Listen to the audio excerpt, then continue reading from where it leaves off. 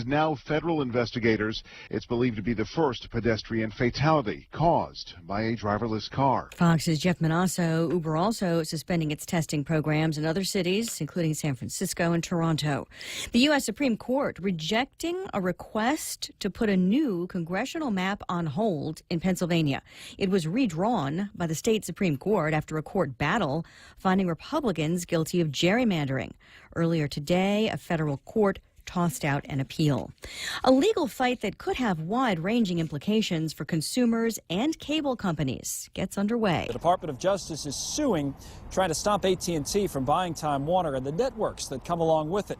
HBO, CNN, TNT, to name a few. On day one, the district court judge Richard Leon heard arguments about what type of evidence will be allowed in trial. The trial expected to last about 6 to 8 weeks. For example, is an email always a business record? The judge says he'd like to hear from the person maybe who wrote that email as a witness so it can be verified. Now, once logistics like this are worked out, it's on to opening statements on Wednesday morning for what might be the biggest antitrust case we've seen since the United States v. Microsoft. At U.S. District Court in Washington, I'm Connell McShane, Fox News. Recapping the tech-driven plunge on Wall Street, the Dow down 335 to 24,610. The S&P also down more than 1%. The Nasdaq down about 2%, down 137 points. I'm Lisa Brady, Fox News Radio. Come out for the 4th annual Chucky Run and Fun 5K, 2K, and Flyaway giveaway. Join us Saturday, April 14th at Chuck E. Cheese's Guam. Show at 5:30 and go at 6 a.m. T-shirts, medals, and other cool prizes, refreshments, and indoor activities after the races. Grand prize drawing for all participants is a trip package for 2 to Manila. Register at Chuck E. Cheese's Guam. $8 for students, $12 for adults, and Group of 4 Super Saver for just $35. The 4th annual Chuck E. Run and Fun 5K, 2K, and Flyaway giveaway. See you there.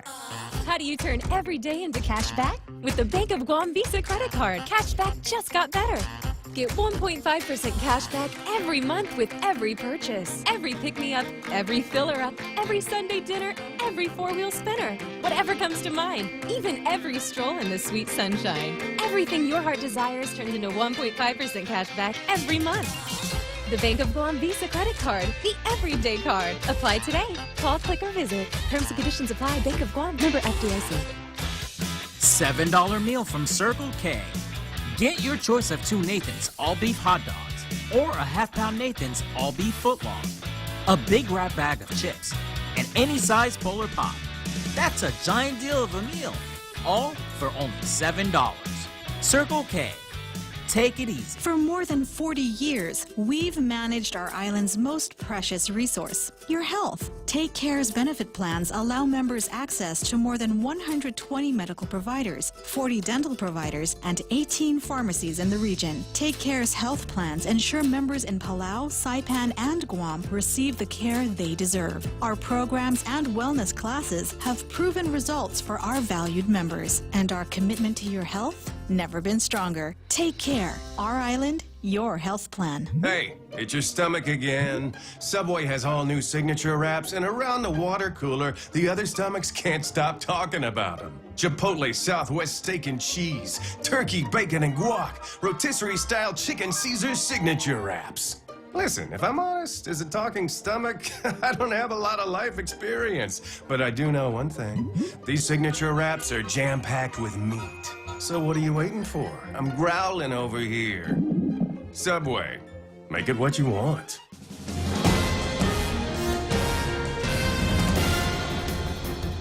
Half a day and good morning, Guam. News time here at The Point is 8 minutes past 6 a.m. this Tuesday morning. I'm Kevin Kerrigan. Here's a look now at some of the top stories from the Guam Daily Post. St. Dominic's Senior Care Home has called for an emergency meeting on Thursday of this week to determine where all of its residents will go. The nursing facility's contract with the Medically Indigent Program of GovGuam has been rescinded, according to its administrator, Sister Maria Teresita Velez Manaloto. In a letter to all guardians and residents of the home, Manaloto wrote that come April 1st, which is Easter Sunday, the residents of the home will no longer be covered by the MIP program. The families and guardians need to have a plan on where to take their patients, wrote Manaloto, who called the situation urgent. The home has been providing nursing services for indigent program recipients for the past 30 years. As of June last year, there were 55 residents residing at the facility. Their average age was 78 years old. Archbishop Michael Burns expressed relief and offered prayers yesterday during a news conference in the wake of Friday's announcement by the Vatican that suspended Archbishop Anthony Apparon had been found guilty of certain of the accusations against him involving the sexual abuse of children. Burns said he did not know which specific charges that Apparon had been found guilty of. He said to his knowledge, Apparon is the first archbishop to be removed from office stemming from the new tribunal process adopted by the Vatican. Apparon has been stripped of his title and his residence in the Archdiocese of Guam. Burns explained that Apparon still remains a bishop by ordination, but he's no longer the archbishop. Apparon is appealing the verdict and said the penalties have been suspended until the appeals process is complete. Meanwhile, attorney David Lujan, who represents 5 men who have accused Apparon of abuse, told the Guam Daily Post that he thinks the Vatican's verdict is great. It vindicates what everyone has been saying, said Lujan. Apparon has maintained his innocence, refused to participate in any settlement discussions. When asked if he thinks the verdict would help him and his clients, Lujan said, "I don't see how it hurts." However, Lujan also expressed the hope that Apparon would settle, saying, "I really believe that if Apparon was a good person, he would leave it all alone," said Lujan. "Let it end so that the healing can begin." We'll have more news after this. Chili's has the seafood you crave, the flavors you love, at a great price with our 3 for Me Lent menu. For just $15, you can get a beverage, fresh salad, and a Lent-friendly entree. First, choose from a refreshing Coca-Cola, iced tea, or Heineken on draft. Then enjoy a fresh house salad right before you indulge in your choice of a mouth-watering entree, like our spicy shrimp tacos, savory Cajun pasta with shrimp, or our flavorful grilled ancho salmon. Chili's 3 for Me Lent menu for just $15. Available for a limited time. Chili's, more life happens here. Hafaday, my name is James Moylan, and I'm running for a seat as your senator. The people of Guam expect more from their leaders, and I intend on delivering. If given the opportunity, I will bring my experiences in the military, public, and private sectors. I understand that during challenging times, tough decisions and an open mind are needed. Your tax dollars also need to be spent wisely. If you expect more from your elected officials and expect them to think outside of the box, then I humbly ask for your support this November. Thank you. Paid for by the committee to elect James Camacho Moylan for Senator, Carlos Camacho, Treasurer. News time at the point is 11 minutes past 6 a.m. The first official 90-day furlough notices went out Friday to employees at the Office of the Governor. The 4-page notice details the effective dates and the procedures for the furloughs. All employees are affected regardless of whether their positions are partially or fully funded by federal funds, states the notice. The furlough notice applies only to the employees at Adelup at this point. It will take effect no less than 90 days since the notice went out, which will be June 18th. It will remain in effect until the last working day of the current fiscal year on September 28th. The furlough will reduce the work week for all effective employees at Adelup to 32 hours and cut their pay by 20%. Department of Administration Deputy Director Vince Areola explained to the Guam Daily Post that the 90-day furlough notices are being issued one department at a time. Each GovGuam department head must prepare a plan and list the affected employees. Despite the approval of a new tax law last week, Governor Calvo, in his weekly address yesterday, said, "Unfortunately, the crisis is not over. We still have some tough times ahead." Acting Director of the Department of Administration, Edward Burns, says that a payment of $1.5 million was made on Friday to the 3 health insurance companies that provide coverage for Government of Guam retirees. However, that may not be enough to stave off tomorrow's scheduled cancellation of coverage for the 312 retirees covered by Moylan's Netcare. Earlier this month, Netcare sent out notice to the subscribers to its retiree plans, advising them their health insurance would be suspended on March 21st because the government of Guam was 5 months behind in premium payments. Of the $1.5 million paid Friday, $77,000 went to Netcare to pay the premiums due through the first part of November of last year. However, Netcare plan administrator Jerry Crisostomo told the Post that he's counting on DOA to make the second November payment before the end of this week, before he decides whether or not to cancel the suspension notice. He said DOA assured him they'll be paying weekly through the end of March. For those stories and more, log on to postguam.com or pick up a copy of today's Guam Daily Post. Here's Ray now with some weather. Well, thanks very much, Kevin. A fire weather watch remains in effect through Wednesday afternoon. That means that critical fire weather conditions are forecast to occur. Listen for later forecasts and possible red flag warnings, and be careful, obviously, with any kind of open burning. The Marianas remains entrenched in a dry trade wind regime. Latest climate reports now shows we've fallen almost 7 inches behind in rainfall for the year so far since the first of the year. A high risk of rip currents through Wednesday afternoon along east-facing reefs also in effect today. What's it going to be like outside? Never mind all the hunky-dory stuff on that. What kind of weather can we expect today?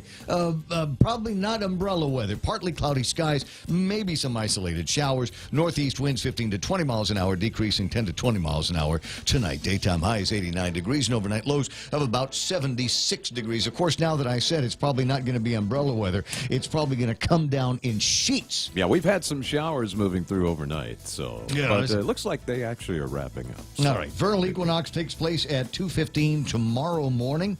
Should we be awake for that? No, probably not. No, we hit our equinox last week, so we don't really care. Okay. So sunrise this morning at 6:25. About 10 minutes from now, sunset tonight at 6:31. Studio time is 6:14. Weather brought to you by Bank Pacific, where others place branches, they place roots. Triple J says yes. Zero down? Yes. 1.9% financing? Yes. Easy trade-in? Yes. No payments for 90 days? Yes. We'll have you saying yes, too, to these amazing deals. Like our big boy truck, the Ford F-150 at only $217 per paycheck. Or the top safety pick Mazda CX-5 Sport at only $194 per paycheck. Or turn heads in the Mazda 3 Sport or the sleek and sophisticated Kia Soul. Both for only $129 per paycheck. Visit us online at triplejguam.com. Some conditions apply. See dealer for details. Triple J, customers first. Program's also brought to you by First Hawaiian Bank. It all starts with yes. It's super, stupendous. It's sensational. It's a sensational seafood menu at Ruby Tuesday with satisfying selections of appetizers like lobster mac, crispy flatbreads, Italian cheese dip, and stuffed shrimp. Try them all and enjoy the selection of sensational seafood for a limited time at Ruby Tuesday, Guam.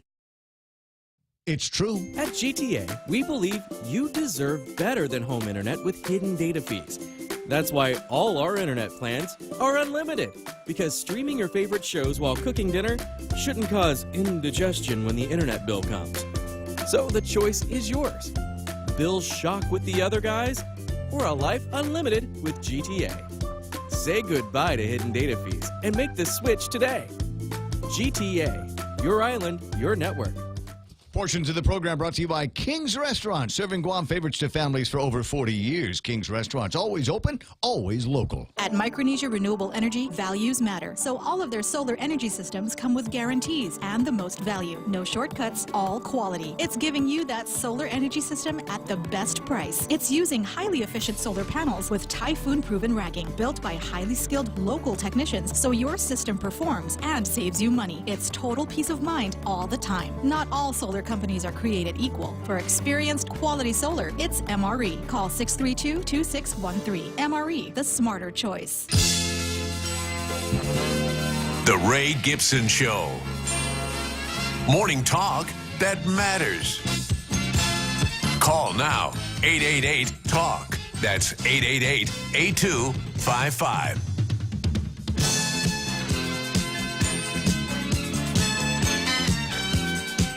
Does it have to be so loud? I'm trying to sleep here. I need to get some 40 winks or something like that. Hey, welcome to the program. Excuse the mess. My name is Ray Gibson. Thrilled to be back here behind the microphones of The Point. And I'll tell you why I wasn't here in just a second. Why I wasn't here yesterday. Because I know you care. I know you care. I know you turn on the thing and where's the guy? So I'll explain that in a second. Meantime, Kevin Kerrigan did manage to squeeze in a couple of newscasts yesterday. That was great. Yeah, we recorded something and aired it in there for what it was worth. Here's the stories. Michael Knight was actually here. He was now that's the hard-working dude right there. He was the one that stuck around in a studio and made sure all the commercials got played and answered the phone from people saying, it was "Where's that guy?" It was another Winnie the Pooh Footy PJ day, man. I was really happy about it. There's supposed to be a guy here. What happened to him? Anyway, so my partner's son got married in Manila. Oh, okay. Couldn't do it here. So we were all off there for the nuptials. It was a beautiful service, and Manila is I love that, and Makati in particular in Manila, because it's different every single time I go. There's always something. There's always something. The thing that doesn't change is the traffic. The traffic is, but I have to admit though, it wasn't as bad this trip as it's been before. Last time I was there, they were just putting the finishing touches on the Skyway. Okay, and I got a chance to ride on the thing yesterday, and I thought that was it's almost like a real freeway. Isn't it? It felt like, hey, let's drive and we'll end up over at the airport. But I got to tell you, I was there were a couple of temptations on the way to the airport, including Air Force One. I'm not going to say any more about that, but I did not give in to that temptation. There's Air Force One in Manila. You've never been. I see. But the other temptation was Resorts World Manila is right that there. Air Force One. That it's just right there in Pasay, right? And so I'm thinking I know people there. It wouldn't be too much, but I decided no. But need to get back to the radio. Need to get back to Guam and get caught up on all of the things that happened since I left. And so thank goodness Kevin Kerrigan was able to put together the stack of newspapers from Saturday and Sunday and Monday, and of course this morning's. Another eventful weekend. There seemed to have been a little bit going on, and as we suspected was going to happen, as soon as the governors got the paperwork on his bill, a number of other bills start flooding the legislature with ideas on what we're going to be doing about perhaps some exemptions. Senator Regine Bisco-Lee's got that paperwork already in there. Mike San Nicolas didn't even wait for a number. He says, just forget the whole sales tax thing. I want to get rid of that as soon as we possibly can. And BJ Cruz with a couple of very interesting measures. One of them would be an increase in the sales and the sin taxes, not the sales, but the sin taxes are going to go up. There you go. Pay more for cigarettes and alcohol. Can we just make it cigarettes? Because I don't smoke anymore. let's make it effective on things that I don't need anymore. And beer too. That's going up. Here's the thing is we don't even know how much money was supposed to be in those funds to begin with. Didn't he look in the cigarette money? A while ago, he looked in the cigarette money fund and was disgusted because it didn't have the right amount in there. And I don't know about any of the funds now. What the health is of any of those funds are supposed to be now, because they never showed it to the people over at the legislature. So I don't know. The problem is there's no relief for GMH, immediate relief for GMH, because the sales tax doesn't kick in until October 1st, and that has a component for GMH. But the 1% increase in the BBT that's supposed to start on April 1st doesn't do anything for them. Yeah. No, that's to pay the money bags in the $100,000 club. That's what that's going to be paying for it. But I tell you what, maybe we need to go back over to the hospital and find out where their money's supposed to be going. Do they have an adequate account? Janella did a story over in the PNC on their staffing patterns and found that they're paying people who have, quote, not set foot at the hospital in years, but their salaries are still reflected in the staffing pattern. And then there was, a couple of guys who were asking about Larry Lizama, and I guess Peter John said, no, it makes $500,000 a year doing this and that, $508,000 combined salary for outpatient services at $208,000, $299,998, etc. And Larry comes back and says, no, that's not right either. So why would there be so much confusion between the administrator and Dr. Larry Lizama on what they're getting paid? Somebody needs to. That's the thing that stands out in that particular story is, why don't these guys know better what the costs are? You know why? Because the money's just floating around. That's why. There's money going in. And did you read the editorial by Dr. Jerome Landstrom? Did you see that? I missed that one. So You know what? I'll spare you the agony of looking for it yourself. I'll find it and then read the thing to you. But first, I got to get this. This is the first time I get to hear from my pal Becky on our new radio station. Good morning, Beck. Good morning. How are you this morning? I'm absolutely terrific. It's so nice to hear from. I'm so glad that you found me in this place. I found you. Yes. Anyway, I wanted to call because we are talking about quiz night coming up on April 20th. And so did we come up with a date for quiz night? April 20th, you said? Okay. You agreed. 420. 420. Don't go there, but yes, 420. What? Don't go there. It's a date. It's just a number on a calendar. I don't know why everybody puts this whole it has to do with marijuana thing on it every single time. It's probably the most juvenile thing. So what's our theme? Does it have anything to do with dope? No. It's just so the young man that does our fire says, so 420. What's the theme? And I'm like, no. Come on. It's the spring. What can I say? You know, we'll have all these guys dressed up like the Zigzag Man. It'll be fun. We'll have the whole Cheech and Chong table. You're giving people great ideas. Right? Well, it's the usual run-up for quiz night, and you're right. It's 20th, and so we are a month out from this thing. Have you got anybody signed up already, or are you just now starting to call for teams? We have some teams signed up already. We certainly do. I've got the Wise Out teams, and they're ready to go. So, all right. And I'm not sure about some of the others, but it's going. We have tickets available. And for people that might be new to this quiz night idea, it's a team event trivia challenge to benefit Habitat for Humanity. Mm-hmm. And you get your team of 6 together, come down to the Sheraton on the 20th. You got to buy your ticket ahead of time because there are times when we sell out. And you have a chance to win some money, $600 cash for the top prize. Excellent. And every team after that wins 6 of something. Excellent. And it could be 6 things of toilet paper, or it could be 6 things of money, or 6 things of dog food, or whatever. Exactly. It could be 6 things of aloe vera plants, or you just never know. 6 of something. And then we have a great quiz master out there who will be reading 6 rounds of questions. Yes, we have. I will be there. Yes, I'm the quiz master. I'm not going. I'm done with trips for the year. Oh, good.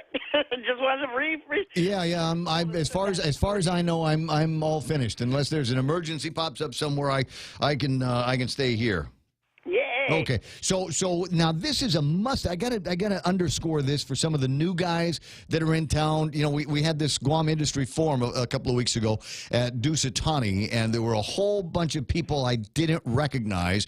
And so if you are one of those whole bunch of people that I didn't recognize, just FYI, this is a must attend. So you Alaska Native corporations, you want to make a big splash, you want to be a part of the community, this will get you in with the community. And it's all kinds of people. There's right-wing guys, there's left-wing guys, there's educators, there's lawyers there's veterinarians. I mean, we with Quiz Night, we cut right through the entire social structure of Guam. We do, and we cut through even the age structure. Even the religious structure with Catholics and Christian Methodists and Lutherans. Yeah, we got the University of Philippines alumni are working on their second team to come. Oh, nice.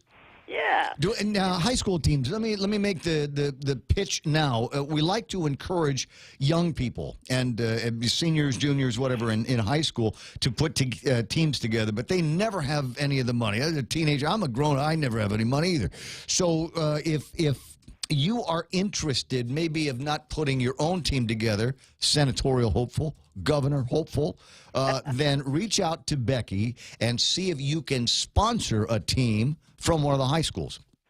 We love that. Yes. They thoroughly enjoy coming. They never win. They just the absolute lowest scores, but they have such a good time. They do, as do everybody. As does everybody. And we will also say, for those newbies out there, it's not a buzz in and shout out your answer. It's a huddle and write down your answer.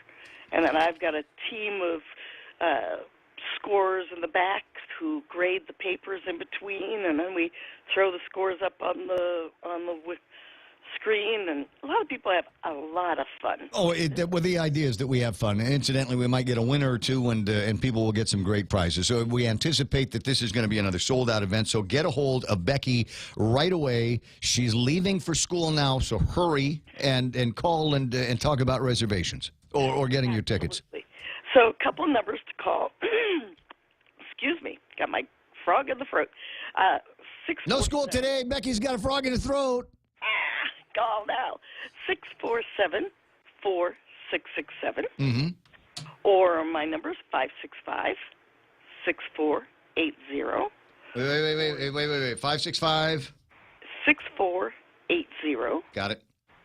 Or you could call, or you can email, habitatqn@gmail.com.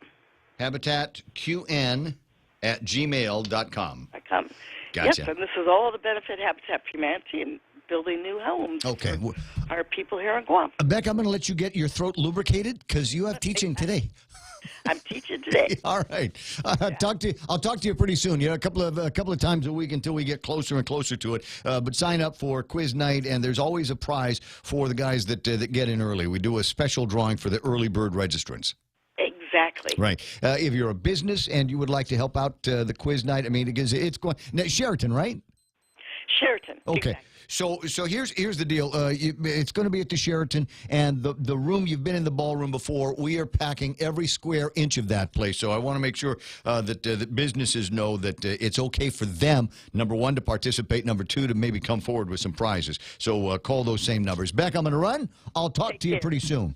Take care. Thanks. Have a terrific morning. So nice to hear from you here, and looking forward to participating once again in the great Habitat for Humanity quiz night.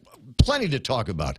Lots and lots to talk about here. There was a very eventful weekend, and some interesting stories that are floating around here, and I intend to hit all of them, except one that always makes me feel licky, so we're just going to let somebody else handle that one. It's 6:30 in the morning, and time for headlines from the Guam Daily Post. Here's Kevin Kerrigan. Half a day and good morning, Guam. It is 31 minutes past 6 a.m. In the headlines from the Guam Daily Post this morning, St. Dominic's Senior Care Home calling for an emergency meeting on Thursday of this week to determine where all of its residents will go. The nursing facility's contract with the medically indigent program has been rescinded. According to its administrator, Sister Maria Teresita Velez Manaloto, she wrote a letter to the guardians and residents of the home telling them that come April 1st, Easter Sunday, the residents of the home will no longer be covered by the MIP program. The families and guardians need to have a plan on where to take their family members, wrote Manaloto in her letter. She called the situation urgent. Senator Regine Biscoe-Lee on Monday announcing that she has introduced legislation to make groceries, medicine, diapers, and other family necessities exempt from the new sales tax. The 2% sales tax became law last week, but it doesn't take effect until October 1st. Lee has dubbed her bill the Working Families Relief Act. Another sales tax opponent, Senator Michael San Nicolas, introduced legislation last Friday that would eliminate the sales tax portion of the new revenue law altogether. Both bills are scheduled for public hearings at a later date. As a cost-cutting measure for the government of Guam, the Agana Pool, the island's only public swimming pool, has officially been closed since Sunday, according to Jonathan Kramer, Recreation Administrator at the Departments of Parks and Recreation. Tim Fedenko, the coach for the Manukai Swim Club, said he doesn't understand why the pool was closed because it wasn't being funded by the general fund. Fedenko said they're trying to find another pool to practice in, but there aren't too many pools they can use on Guam. It should never have been closed, he said, but I guess that's the way the governor wants to play it. For these stories and more, log on to postguam.com or pick up a copy of today's Guam Daily Post. It's the way he wants to play it. I want to play it like this. It's 6:32. That's iConnect time. Hop on over to iConnect and receive a free gift, an automatic entry to win an iPhone X with every new 12-month plan from now until Easter.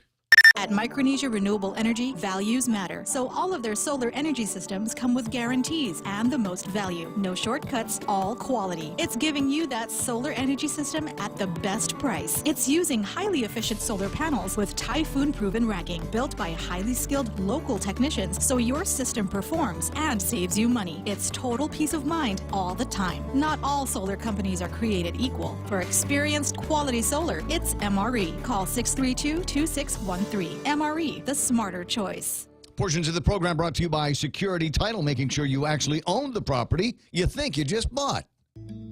In illness and in wellness, Calvo's Select Care is health care that is there for you. That's why over 80% of the Guam medical community places their trust and insures with us. We offer our members wellness and fitness programs for a healthier lifestyle and provide a comprehensive medical network on and off island to help members from unexpected illnesses. Contact Calvo's Select Care today for more information.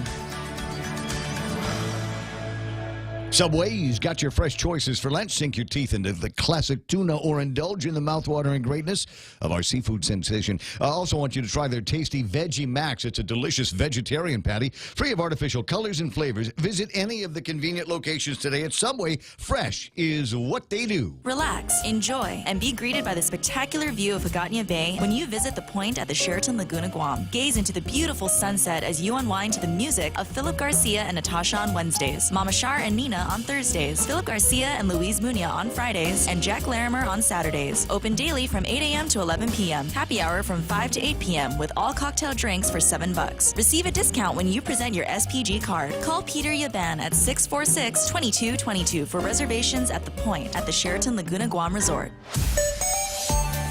Nothing. Don't see anything. Looking at the traffic gizmo right now, a little bit of traffic building on Route 8 as you get to the southern end of Tiedzin. I think over by where Cars Plus is. It looks like it might be starting to build at that intersection there. And then coming into town, that turn right in front of the venue might slow you down. A little bit of traffic on the north side of the Paseo Stadium. If you're headed north on Marine Corps Drive, you might see a little buildup of traffic before you get to the Kapuha Loop. And then coming down the hill from Route 7 Alpha, San Ramon Hill into the Superior Court area, it looks like there might be some traffic building up through that area. Is that, yeah, that's headed out. I thought maybe it was heading to Naval Hospital, but not quite. Moving in the opposite direction. 635, that's right now. Traffic right here on the point. With the pending implementation of a new sales tax, the team of Gutierrez Bordalio is greatly concerned for the people of Guam. The collection of this tax means $160 million a year will come from our already suffering working class and will negatively impact the cost of living for our island families. If given the opportunity, our team would immediately look at restructuring the government to reduce from the top and prioritize critical services. We need a streamlined plan. We need leadership. We need Gutierrez Bordalio. I'm Carl Gutierrez, and I approve this message. The Ray Gibson Show, your new News Talk headquarters.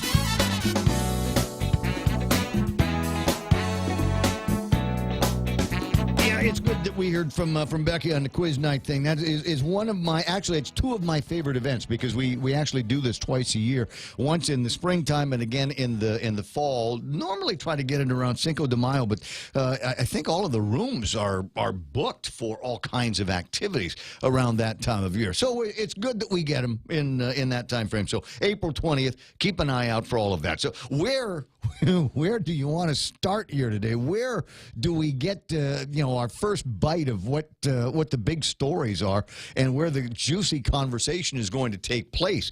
As I said, Senator B.J. Cruz, Speaker of the Legislature, has got a couple of ideas. Now, he's not running again.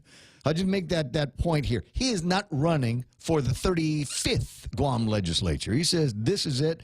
Adios, sayonara after this. So I suppose that makes it easy to vote on the sales tax bill. He said he would support it if it came along with those cuts.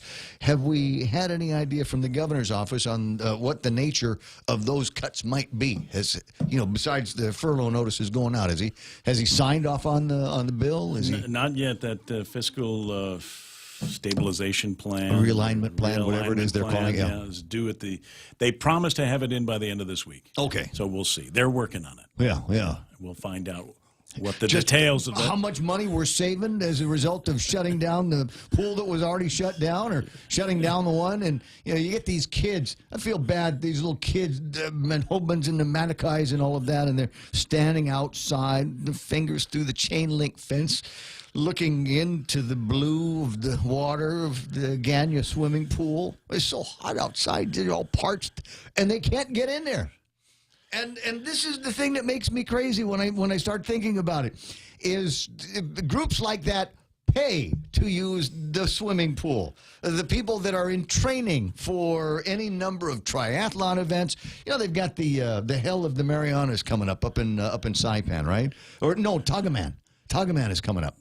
And so it would be great, wouldn't it, if there were people from here that were able to get in some practice in the swimming pool, so that they can participate, so that they can maybe get, I don't know, a trophy or a medal up at the Tagaman event. But we're not doing that. We're not letting them do that, which means that they're not going to the pool or up to Parks and Rec. I think they still do it this way, where you have to go.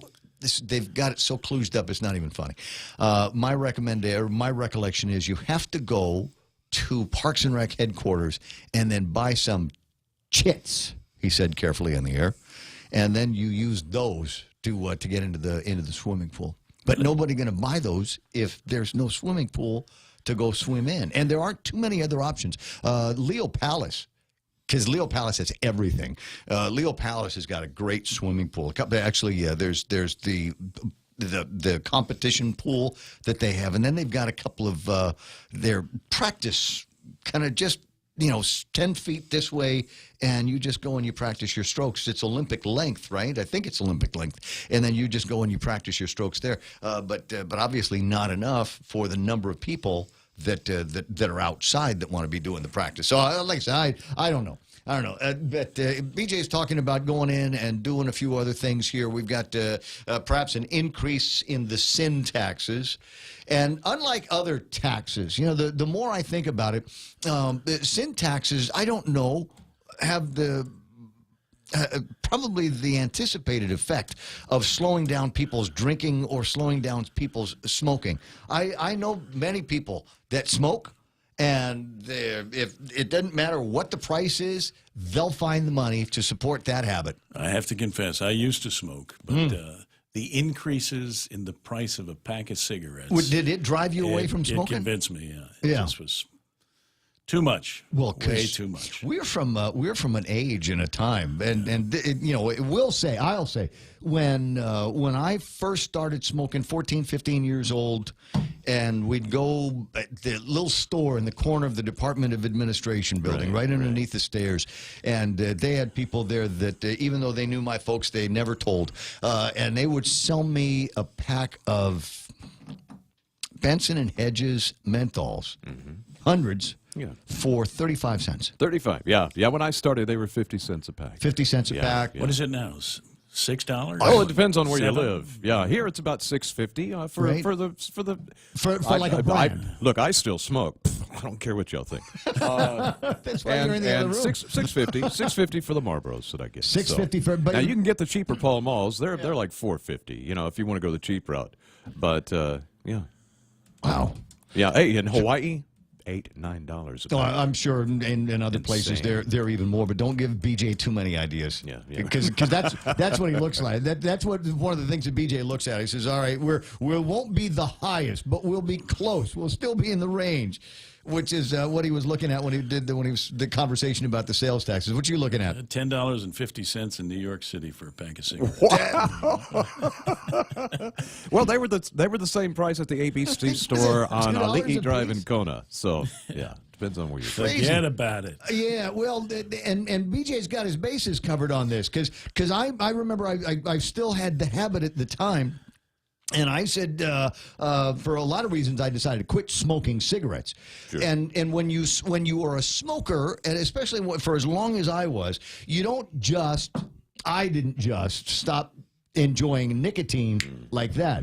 So I went through the whole go to Kmart and buy Nicorette, which was the stupidest thing. Nicorette is the most expensive. I cannot imagine how anybody is able to completely get off smoking just by using that as a cessation tool, because it's so expensive. And at Kmart, they kept it behind this lock box right next to the condoms and whatever. But they didn't lock up the cigarettes. So. Yeah, why is that? And then you got to wait for somebody to come in and open it. And I'm sorry, I don't like Kmart to begin with. No. And so the last thing I wanted to do was go in there and have to wait for somebody to come from the heaven where they keep the keys in the store. Yeah. I was really frustrated. My heart's beating fast. Just talking about it, I get so angry. And so that was expensive. And then I discovered Chew. Right? Okay. Not like a Red Man. Right. And you can buy, and that one's already pre-sliced and flavored. And then I was getting, there was another one, Samson Twist, which is just a plug of dry tobacco. And you take a little bit of that, and you put it over here in between the big teeth in your gum. Yeah. And it's just like smoking, except you don't stink. And at the time, it was cheaper until BJ figured it out and then did something by weight, and then the prices of that went up. You've given that up too, huh? Yeah, I had to eventually run out of all of that. And just never went through any of that. I just looked at the price and I turned around and walked away. You are an amazing and incredible human being. Wouldn't it be great if the government could look at their spending and just say, that's too much, and just cut it off and then just walk away from all of that? Because there is that conversation that we need to have with all of these taxes that are going up. I'm enjoying the concept of waiting until we've got an idea of where we're going to see about $30 million worth of cuts before the end of the fiscal year, and where we're going to see even higher numbers of cuts in the coming year. Now, as far as Guam Memorial Hospital is concerned, it's possible that they could be making $21 million or so in tax revenues when we go in with the new 2% sales tax. We'll see. That's the big question. Yeah. Nobody's seen the sales tax before. Who was I talking? What did I read? Somebody was asking the question about how do we know that the number really is 67 million? And I said, because Joe Arnett said so is the answer to that question. I trust his guesses better than I trust other people's facts. And it was Joe in January that said the number was going to be around 67 million for this fiscal year. So that's where that number is. But when we start talking about revenues on the sales taxes, that's going to be very interesting because we're still not sure exactly what's exempt, what's not exempt. Senator Regine Biscoli, who was on the airplane with me, well, not with me, but she was on the same airplane last night as we were leaving Manila, and I passed by her seat, and she said hello, and I said, don't go to sleep, because we're going to call you in the morning, because I got a couple of questions about what's going to be happening with this, what's included. I haven't had a chance to review the entire piece of legislation, but there are some already in the social media that are looking at it and saying, hey, wait a second. What is a tampon tax? Why are we doing? Is there an exemption? We're not going to be doing that on feminine hygiene products and all of this other stuff. And the way I see it, look, she's not asking for somebody else to pay for it. She's just asking that the government not make any money on it. And I figure, all right, that's cool. That's fine with me. There might be a couple of other things. But my buddy Brad, who hates the idea, says, we got to think about it. We have to think in terms of equality. And if women are getting a break on these hygiene products, men should get a break on male hygiene products, of which I cannot name one, except certain, vintage scotches and cigars, which... Yeah. It's I think as close as we can get to that kind of thing. I don't know. And anybody that's listened to the program for any number of years knows how I feel about this. I think there should be a permanent tax holiday on groceries. Certainly things that you need to feed your family. and medications of any and all kinds. I don't think the government should be taking any revenue based on that. And the conversation has come and gone over the years, and I would hope that finally this time we get to some kind of conclusion. Now, it's also worth talking to Regine Lee this morning because she's got another round of questions that she needs to talk to the guys over at GETA about. There is that story, all of this money that would be coming in that's supposed to be going out to support things in the community, i.e. medical funds, medical missions, MIP. Yeah. And maybe if MIP had more money, they wouldn't be kicking grandma out of St. Dominic's.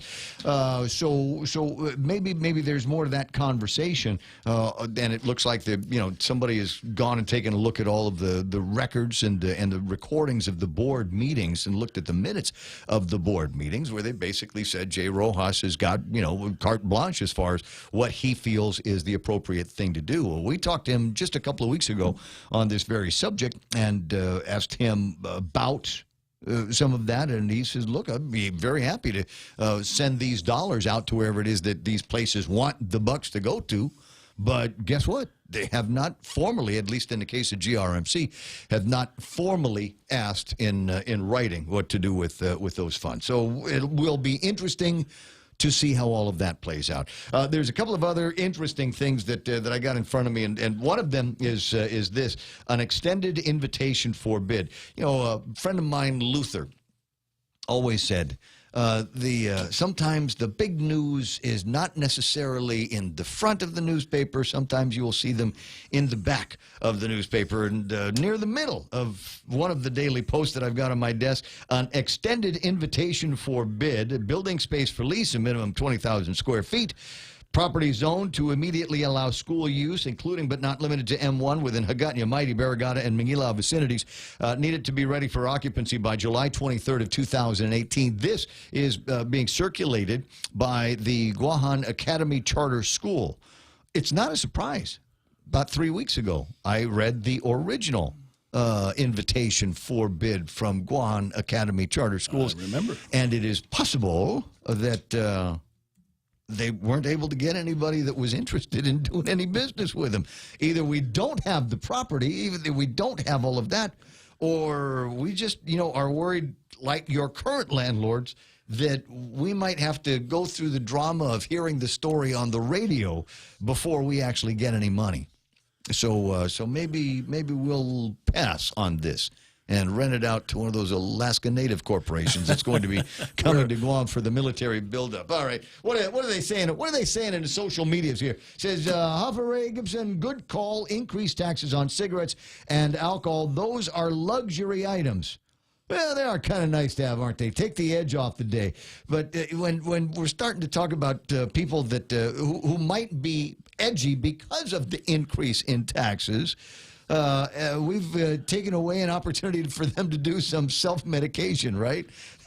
Because we charging a little bit more for the price of the booze that they need to be able to take the edge off the day. Raising the price of cigarettes and beer ain't going to change people's minds or vices. Well, Ramona says that, but Kevin Kerrigan says when the price went up, he stopped buying. So maybe there is. Maybe that's the thing. Now, I'm delighted to see that my colleagues over at former colleagues over at the PNC, Clint Rigel, went and found Dr. Roseanne Jones, and she's a smart lady, and UOG professor of economics. And I tell you what, it's kind of obvious what she had to say. Nobody likes a tax. They just don't like it. You didn't need to go to the university to get that. You could have talked to anybody. It was, no, do you like this new tax? No, I don't like it very much. Well, let's check and see what the experts have to say about it. Well, Dr. Jones, an expert in the field of economy, but the real experts are folks like you and I, and it's still kind of tricky to figure out what the impact is going to be on people in different social structures around here. And I got a job, I got a good job, I get a check every couple of weeks, and I'm delighted about that. And there are people that get a check every couple of weeks that maybe aren't going to be pulling in the same bucks as me and Dr. Roseanne Jones.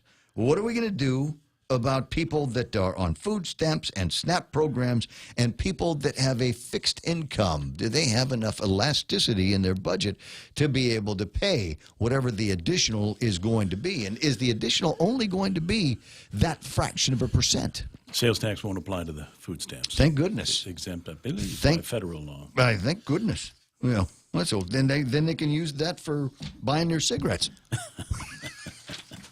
You know, there's a solution out there for everything. It's just a question of going to find them. While I'm talking about what's happening and what people are talking about in the social media, let me just tell you who some of these guys are. Hey, there's Army Lynn. She was on the airplane last night as well. And there's Mark Mendiola from the Department of Education, Ed Board, Tom Bernardo, James Howard, Ramona Longa, good morning. Chris Biacchino, one of my favorite printing guys in this town. Adonis Cruz Mendiola, is he running? Did he pick up a packet? Do we know? I do not know. Adonis, are you running? This is a good place. You just start telling people in the chat to vote for you, and bam, going to be right in there. That and the fact that there's 6 guys that are running for the legislature, and maybe a bunch of other people that voted for this tax increase that aren't going to be called back by popular demand by the voters of Guam. Thank you very much for your service, and you're fired, as Donald Trump would say. Did I read a story correctly in the Daily Post about a Congresswoman saying that she's talking to some guy, the new guy over at the Department of Interior, to bring Donald Trump to Guam? There you go.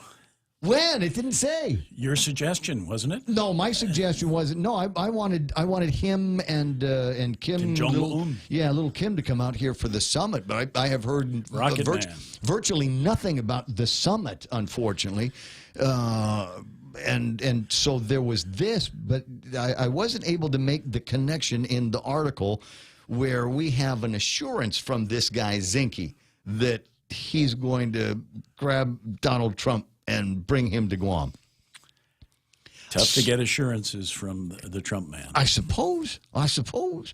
Be nice to get some kind of presidential attention. So we've had President Barack Obama, who got off the airplane a couple of times, said hello to the men and women in uniform. But see, when we that talk, was last February, right? March, right? So when we talk about a visit by the president, we don't mean a visit by the president because his plane needed gasoline and he needed to refuel so he could go someplace else where they have bigger names on the phone.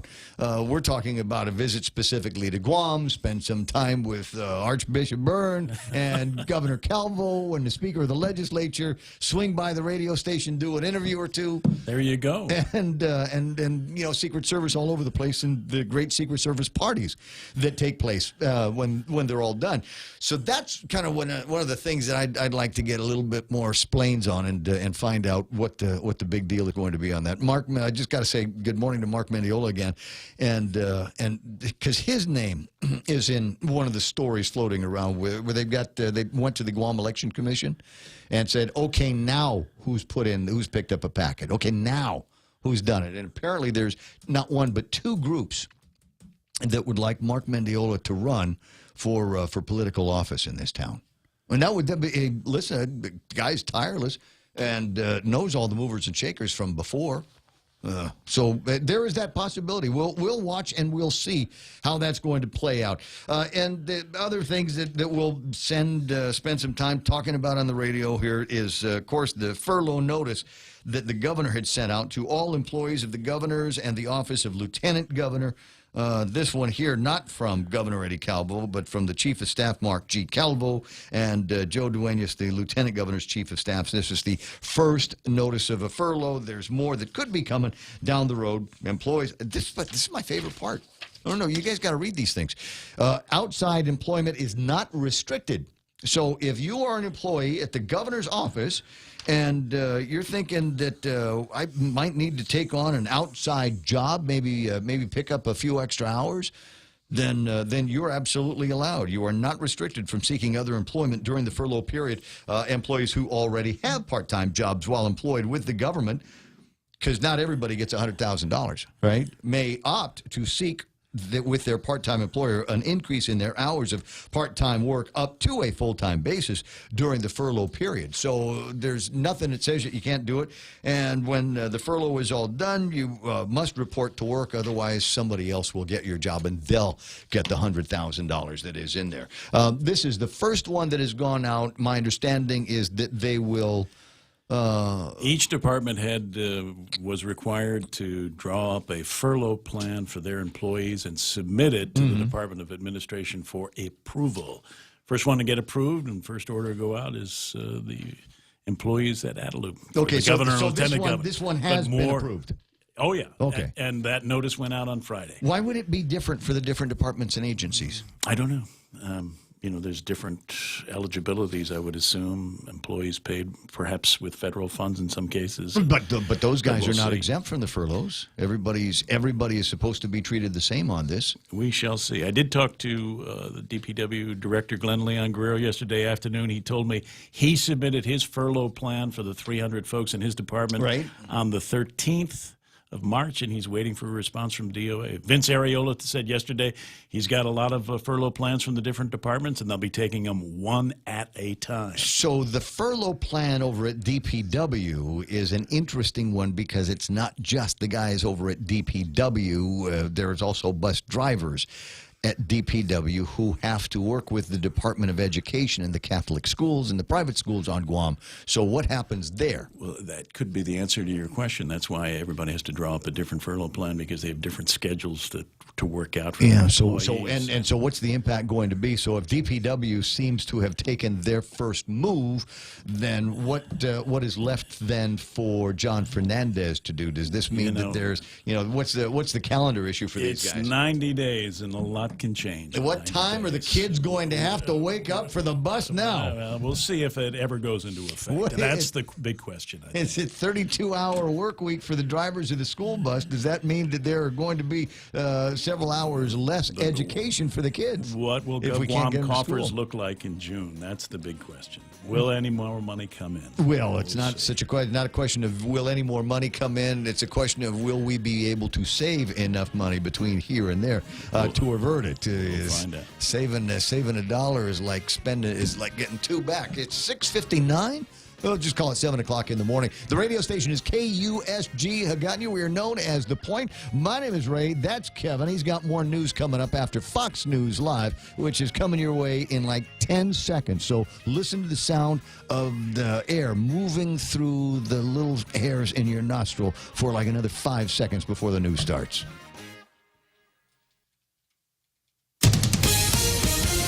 Live from New York, The Fox Report. I'm Lisa Brady. The company accused of misusing data from Facebook subscribers to possibly help the Trump campaign and others is under scrutiny. Facebook hiring an outside firm to investigate Cambridge Analytica, which denies any wrongdoing. The company replicated the work of psychologists and created those personality quizzes many of us have taken. Facebook says they suspended Cambridge Analytica from the platform and stressed this was not a data breach. People willingly provided their information. Fox's Jessica Rosenthal. Some in Congress want a public hearing with the CEOs of Facebook, Twitter, and Google. Tech shares taking a beating on Wall Street, led by Facebook, which dropped about 7%. The Dow down 335 points to 24,610. The S&P also falling over 1%. The Nasdaq down 137, nearly 2%. The president declares war on opioids, and part of his plan is to cut down on the legal supply that helps get people hooked. Fox's John Decker, live at the White House. The president in New Hampshire with First Lady Melania Trump unveiled his plan for dealing with America's opioid crisis, officially proposing imposition of the death penalty for certain drug dealers. This is about winning a very, very tough problem. And if we don't get very tough on these dealers, it's not going to happen, folks. It's not going to happen. And I want to win this battle. President Trump's plan also includes a mix of prevention and treatment measures that advocates have long endorsed. Congress recently appropriated $6 billion to combat the opioid epidemic. Lisa? John, officials in Bermuda just confirming they have found the body of a missing college student who was on a trip with St. Joseph's University from Philadelphia. There's no word yet on how Mark Dombrowski died. This is the Fox Report. Fair and balanced. Unexpected reactions to smart financial decisions brought to you by feedthepig.org. Well, I finally did it. My student loan is totally paid off. I can't believe it. I can't believe it either. I paid more than the minimum each month, and soon enough, it was gone. So you're just giving up? Giving up on what? The life of luxury. Egyptian cotton, caviar Thursdays, designer everything. What are you talking about? Our plan. What happened to winning the lottery and mastering the art of the perfect mimosa? Hosting galas, wearing enough jewelry to require a bodyguard, vacationing in the French Riviera, and then buying it. I just thought maybe it was time to prepare for my future. You know, set some financial goals, make some smart investments, open a 401k. Financial goals? Investments? A 401k? You are horrifying right now. Listen, if winning the lottery were easy, everyone would do it. When it comes to financial stability, don't get left behind. Get tools and tips for saving at feedthepig.org. This message brought to you by the American Institute of CPAs and the Ad Council. The bridge collapse that killed 6 people last week at Florida International University remains under investigation, but the first civil lawsuit is already filed. Orlando attorney Matt Morgan says his suit is focused on reports of a crack found in the structure before the bridge failed, to what extent any fixes were talked about, the different measures that had to be taken in order to repair this crack. So we want to figure out if that meeting actually did in fact take place. Morgan says that potential danger should have kept cars from passing beneath the bridge. He adds the suit, considering the injuries and loss of life, could put a hefty value on the claims. Somewhere between $500 million to $1 billion. State officials say FIU is ultimately responsible for any safety lapses. Gernal Scott, Fox News. A string of bombings remain under investigation in Texas. We're clearly dealing with what we expect to be a serial bomber at this point, based on the similarities between now what is the 4th device. Austin Police Chief Brian Manley says the latest bomb was more sophisticated with a tripwire. In all, 2 people have been killed, 4 injured. Another retail chain struggles to stay afloat. Claire's, the accessory store chain for girls and young women, is filing for Chapter 11 bankruptcy protection. The company's statement says stores will stay open during the process and that $2 billion in debt should be restructured by September. The company, based in Illinois, was founded in 1961. It claims to have pierced more than 100 million ears since offering that service 40 years ago to sell more earrings. The bankruptcy paperwork says Claire's iconic ear-piercing services are unmatched and cannot be replicated online. Chris Foster, Fox News. The governor of Mississippi has just signed the nation's toughest restrictions on abortion, banning them after 15 weeks of pregnancy with only a few health-related exceptions. The owner of Mississippi's only abortion clinic has pledged to sue. In New York, I'm Lisa Brady on Fox News Radio.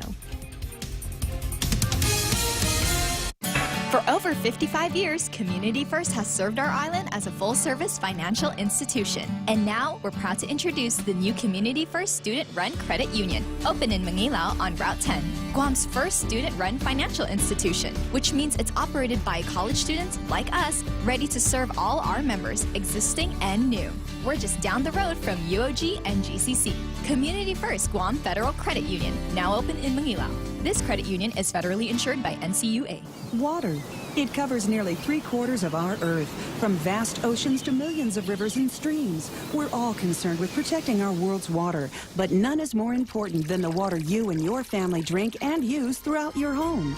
A Connecticut water treatment system can improve your water so that your family is using the best water in the world. Connecticut, for refreshing ideas on water. American Water Tech. Smarter water. Better water. Call American Water Tech at 649-2301 or email info@americanwatertech.com. At GTA, we believe you deserve better than home internet with hidden data fees. That's why all our internet plans are unlimited, because streaming your favorite shows while cooking dinner shouldn't cause indigestion when the internet bill comes. So the choice is yours. Bill shock with the other guys, or a life unlimited with GTA. Say goodbye to hidden data fees and make the switch today. GTA, your island, your network. Yes, money is something we should talk about and plan for and use to make life better. It's how we make our giant leap from where we are to where we want to be. So let's talk together and work together to check off shiny new kitchens, fully nested dorm rooms, and bucket lists with more countries than our passports can hold. Let's check them all off together. First Hawaiian Bank. It all starts with yes. Member FDIC. Come out for the 4th annual Chucky Run and Fun 5K, 2K, and Flyaway giveaway. Join us Saturday, April 14th at Chuck E. Cheese's Guam. Show at 5:30 and go at 6 a.m. T-shirts, medals, and other cool prizes, refreshments, and indoor activities after the races. Grand prize drawing for all participants is a trip package for 2 to Manila. Register at Chuck E. Cheese's Guam. $8 for students, $12 for adults, and Group of 4 Super Saver for just $35. The 4th annual Chuck E. Run and Fun 5K, 2K, and Flyaway giveaway. See you there.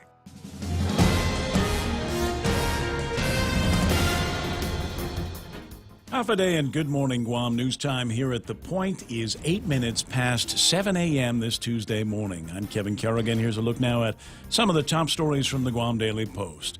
Archbishop Michael Burns expressing relief and offering prayers yesterday during a news conference in the wake of Friday's announcement by the Vatican that suspended Archbishop Anthony Apparon had been found guilty of certain of the accusations against him involving the sexual abuse of children. Burns said he did not know which specific charges that Apparon had been found guilty of. He said to his knowledge, Apparon is the first archbishop ever to be removed from office stemming from the new tribunal process that the Vatican has adopted. Apparon has been stripped of his title and his residence in the Archdiocese of Guam.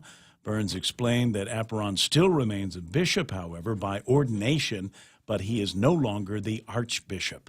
Apparon is appealing the verdict, and the penalties have been suspended until the appeals process is complete. Meanwhile, attorney David Lujan, who represents 5 men who have accused Apparon of abuse, told the Guam Daily Post yesterday that he thinks the Vatican's verdict is great. It vindicates what everyone has been saying, said Lujan. Apparon has maintained his innocence and refused to participate in any settlement discussions. When asked if he thinks the verdict would help him and his clients, Lujan said, "I don't see how it hurts." However, Lujan also expressed the hope that Apparon would settle, saying, "I really believe that if Apparon was a good person, he would leave it all alone," said Lujan. "Let it end so that the healing can begin." In other news, St. Dominic's Senior Care Home has called for an emergency meeting on Thursday to determine where all of its residents will go. The nursing facility's contract with the medically indigent program has been rescinded. That, according to Administrator Sister Maria Teresita Velez Manaloto. In a letter to all guardians and residents of the home, Manaloto wrote that come April 1st, which is Easter Sunday, the residents of the home will no longer be covered by the MIP program. The families and guardians need to have a plan on where to take their family members, wrote Manaloto, who called the situation urgent. The home has been providing nursing services for indigent program recipients for the past 30 years. As of June last year, there were 55 residents residing at the facility. Their average age was 78 years old. We'll have more news after this.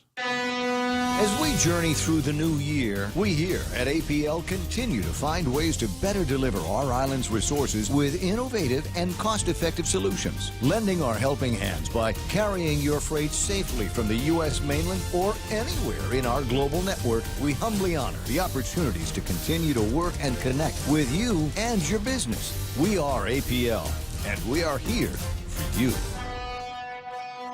Chili's has the seafood you crave, the flavors you love, at a great price with our 3 for Me Lent menu. For just $15, you can get a beverage, fresh salad, and a Lent-friendly entree. First, choose from a refreshing Coca-Cola, iced tea, or Heineken on draft. Then enjoy a fresh house salad right before you indulge in your choice of a mouth-watering entree, like our spicy shrimp tacos, savory Cajun pasta with shrimp, or our flavorful grilled ancho salmon. Chili's 3 for Me Lent menu for just $15. Available for a limited time. Chili's. More life happens here. It is 11 minutes past 7 a.m. here at The Point. Senator Regine Biscoe-Lee yesterday announcing that she has introduced legislation to make groceries, medicine, diapers, and other family necessities exempt from the new sales tax. That 2% sales tax became law last week, but it does not take effect until October 1st. Lee has dubbed her bill the Working Families Relief Act. Another sales tax opponent, Senator Michael San Nicolas, introduced legislation last Friday that would eliminate the sales tax portion of the new revenue law. Those bills scheduled for public hearings at a later time.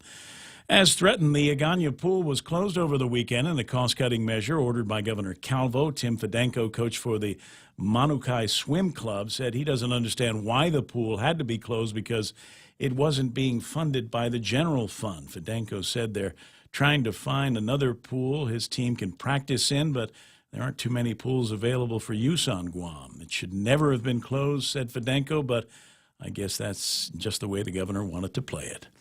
For these stories and more, log on to postguam.com or pick up a copy of today's Guam Daily Post. Here's Ray with the weather.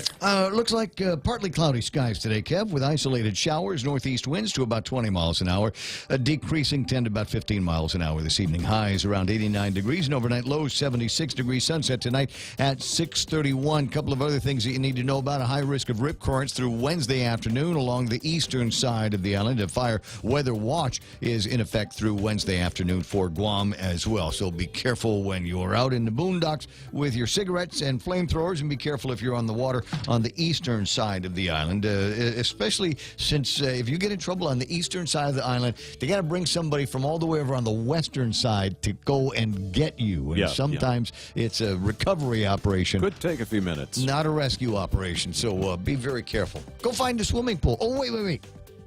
Sorry. Yeah. Maybe the swimming pool that you buy at Kmart. That's going to have to do. 7:13. That's news and weather together here on The Point. GPSI Guam is a professional services company that is a registered contractor for the federal government. They're an SBA, 8A, and Hub Zone certified SDVOSB, providing program/project management, administration, technical support, logistics, and commodities. Find out more about GPSI and how they can help you today. For large prime companies, contact GPSI if you need assistance in meeting your small business subcontracting goals at 477-3058. They'll be happy to assist. Ask for Liza. The Ray Gibson Show brought to you by King's Restaurant, serving Guam favorites to families like yours for over 40 incredible years. King's Restaurant, always open, always local. Yes, money is something we should talk about and plan for and use to make life better. It's how we make our giant leap from where we are to where we want to be. So let's talk together and work together to check off shiny new kitchens, fully nested dorm rooms, and bucket lists with more countries than our passports can hold. Let's check them all off together. First Hawaiian Bank. It all starts with yes. Member FDIC.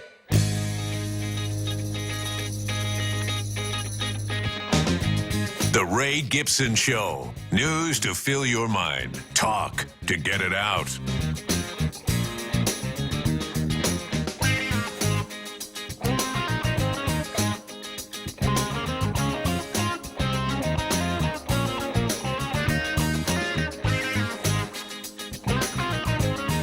It's supposed to be time to take a look at what's happened on the market here, and I'll get those numbers for you. There seems to be some loosey-goosiness going on with the Dow Jones Industrial Average up, and it's crazy because it'll go up by like 300 points and then drop by another 300 points. I think that's the new normal for the DJIA here. 24,610 is where they'll open tomorrow. 335 points in the red. NASDAQ off by 137 points to close at 7,344, and the S&P 500 off by only 40 points, but hey, there's only 500 to choose from, right? 2712 is where they ended up on that one. The Nikkei also off by 195 points to close at 21,480. If you're going to Japan, the yen still trading at flat at about 106.03 today. It's off by nothing. I don't know if that's going to make any difference in the cost of an Asahi Super Dry anywhere. Let me quickly look at what's happening with West Texas crude. $62.22. That's off by 30 cents for the barrel of that. Let me scooch down and see where we've got the Tapis crude. Oh, yeah, okay. West Texas goes up. Tapis crude, goes down. Tapis crude goes up by 23 cents, trading at $66.49 for a barrel of all of that. So what's the big stories today? What are they reporting on 2 weeks before his death? Stephen Hawking predicted the end of the universe. Sounds like he checked out just in time. Dow drops 335 points. NASDAQ in a slide. Bitcoin is unfolding like the dot-com crash, just 15 times faster. Huh? What's it at now? Check in a second. Tech stocks flashing a warning sign similar to before the dot-com bubble popped. And maybe I'll read up on those stories and see if there's anything interesting in there. All right. Does it say where the number is for Bitcoin? Because it says, where did I say? When I was talking about it last week, where was it? Still about 8,000, right? Yeah, and it peaked at nearly 20,000 at one point, like, a couple of months ago, right? Before everybody started going, huh? I don't see a current number. Somebody on the chat, do me a favor.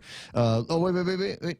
No, Bitcoin 8,400 is where it's at. So it's 84.37. Yeah. With a green up arrow, $219 worth of a change there, 2.67%. So I don't know. Maybe it's just one of those things. They got haters in the editorial booth. Didn't want to write anything good about Bitcoin, but obviously there might be some issues there. So if you've got a Bitcoin thing, hey, watch out for that. It's 5:17. I haven't changed my watch yet. Sorry, it's 7:17 in the morning here on The Point. That's what happened in the market. We got to take a break now for Jerry Roberts to bring you the Extra Point. The topic is praise, and I'm going to approach it a little differently than maybe you've heard it before. I'm Jerry Roberts, and that's right now on the Extra Point.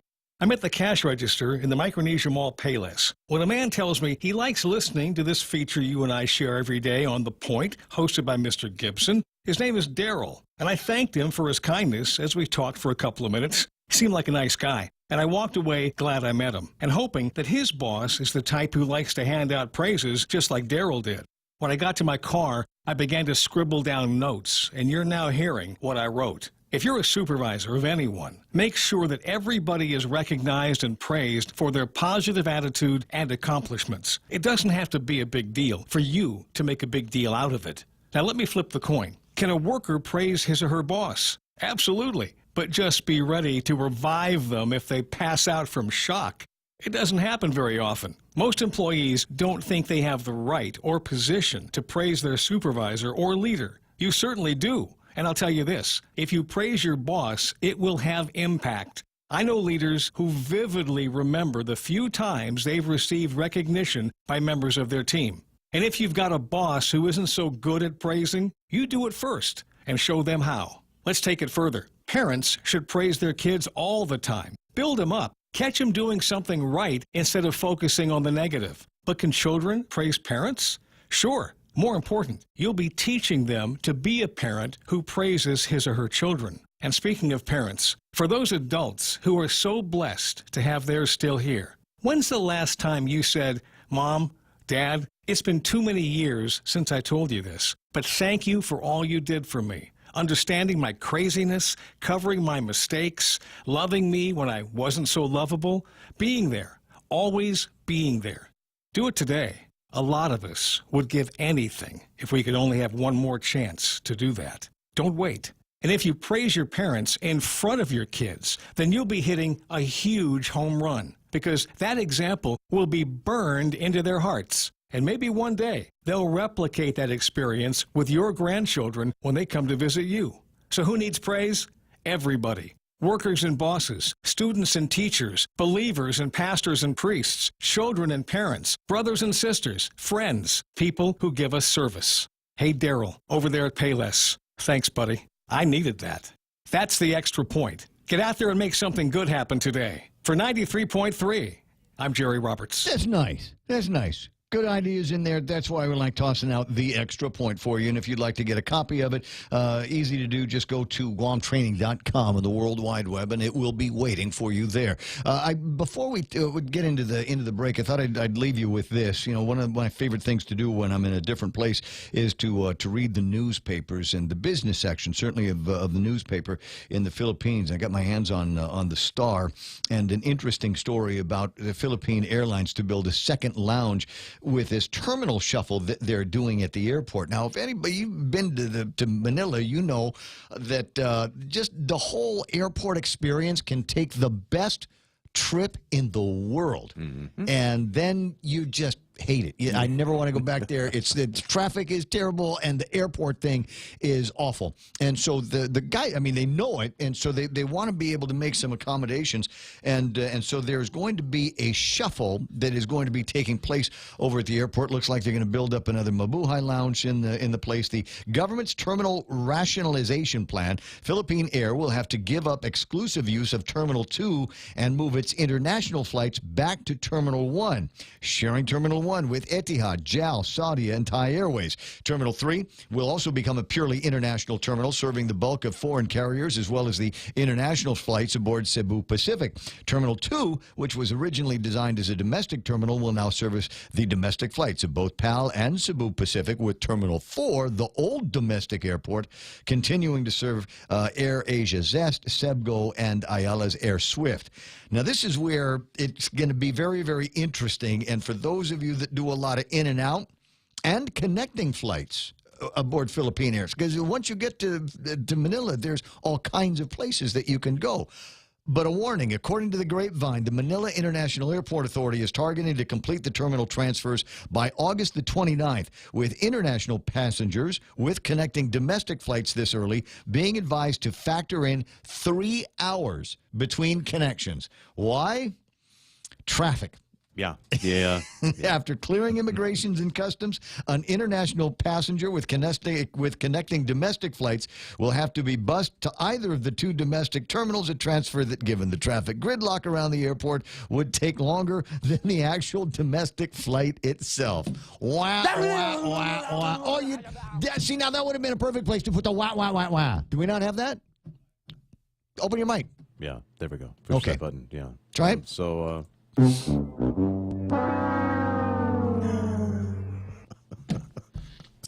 Live on-air production is so hard. 7:23 in the morning, and that's all the big business news. We'll take a break, come back with more yak. Join the most excellent of egg hunts. Chuck E. Cheese's Guam is holding their annual indoor egg hunts on Tuesday, March 27th from 3 to 7 p.m. Pre-register for the right age group in one of the 4 egg hunts per hour. Bring your baskets to hunt those eggs. Stay and play for the best experience. Call 647-4544 to register or stop in the restaurant. And sign up. Excellent egg hunts at Chuck E. Cheese's Guam. You hear that noise? Just know that there's going to be some traffic conversation coming up in just a second. And I'm looking over the paths now to get you between work and home and school.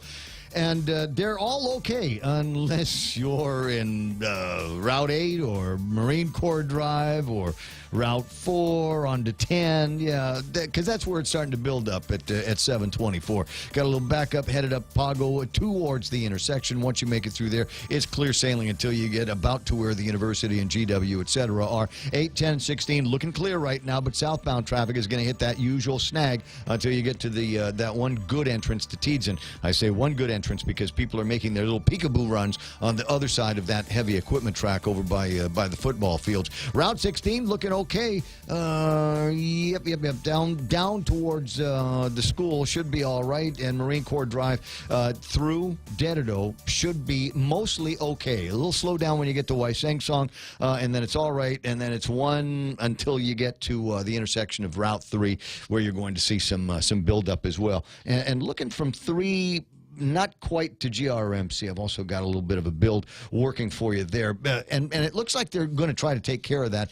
There is a groundbreaking coming up on Thursday. Route 3 widening from Chalan 28, on Route 28, I'm sorry, to Chalan Careta. And I'm looking at the map. Forgive me, I don't know where all of the streets are. Born and raised on Guam, but I don't know where Chalan Careta is. So maybe somebody can drop a pin in their maps and send that over to me, because I don't know where know where 28 is. I mean, that's the street at the white fire hydrant. Now, is that the one with the 2 coconut trees and the trash can, or just a coconut tree? No, just the one coconut tree. Okay. Yeah. Is that the coconut tree? The with abandoned the car. rhino? You got to look for the abandoned car back in the. Well, we're talking Dededoy. There's plenty of those up in that part of the world. So there's that. Challencadet, a little hard to spot, but there is on that same street. You can find the Nevermind Road. There's an actual road there called Nevermind Road. I love that.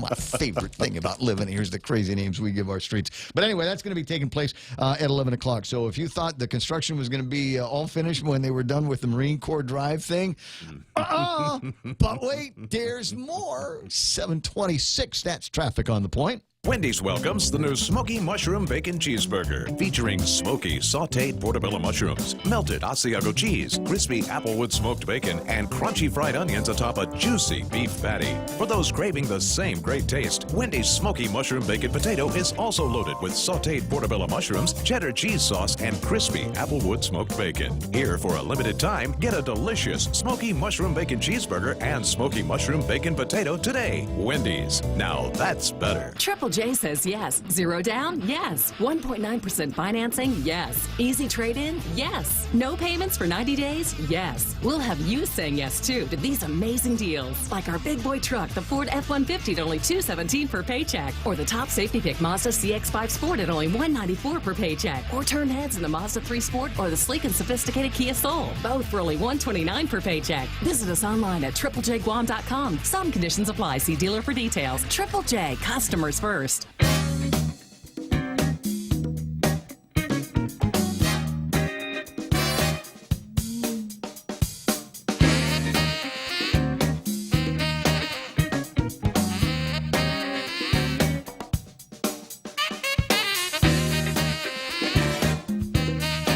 Might be wondering if you're watching the thing on Facebook Live going, hey, he's drinking Circle K Premium coffees out of a Circle K Premium coffee cup. Is the sponsor bringing him coffee every day at the radio station? Just going to leave that out there. I'm just going to leave that right out there. It's an espresso roast that they've got over there. That was my selection this morning. Normally, I would have woken up in my own house and made my own coffee and brought it in my silver, I love running deal. But I wasn't able to do that because the airplane landed at the time I would normally wake up. I'd gotten my bag and through customs and immigrations and all of that at the time I normally come to work. So I didn't have time to go home and do much of anything. So fly right to the radio station by way of the 76 Circle K over at airport and picked up my newspaper and my Circle K Premium coffee this morning. But you did brush your teeth, I did brush my teeth. There's a little bit of hygiene involved. It's always good to have a little bit of hygiene. And I was thinking about that as I'm brushing my teeth, and Kevin says, "Oh, that's nice you brush your teeth." I say, I hope Kevin will appreciate it because it's not the biggest studio in the world, right? That's so in close proximity, et cetera, et cetera. 5:29 in the morning, and we'll get into some headlines here in just a second. Now, you're going to district court this morning? I am 8:30. What is that case? This is USA versus GovGuam, the Ordod dump landfill case, a status hearing. Oh, really? Yeah, fascinating, really. Yeah. What are they going to decide today? Are they going to decide that it's time now, and that the Guam Solid Waste Authority is in a position to take over everything now that the receiver has been doing? Is that one of the questions? That's that issue. That's why we have to go and find out. I'm trying to remember where they were on that the last time I looked. The judges said they have until June, right? In 6 months, but the Guam Solid Waste Authority has asked the judge to make it earlier, to turn things over to them a little bit earlier. So we'll find out. Yeah, we'll I'm not for that. Let me, and I'll be very clear as I say it. I know the people on GSWI. I know them. I trust them. They watch my kids. They can hold my wallet. But this is the part that I don't trust. When it goes back to being a government of Guam thing, it doesn't matter who's on the board. It doesn't matter who's making any decision. It doesn't matter who the general manager is or the comptroller. None of that makes any difference. It will return to being the same mess it was before the lady of the court got involved. That's just the way it's. Remember, it's an independent authority, though. That's why they created it. Yeah, whatever. Okay, so 7:30 in the morning. Headlines with the amazing Kevin Kerrigan from the Guam Daily Post. Now.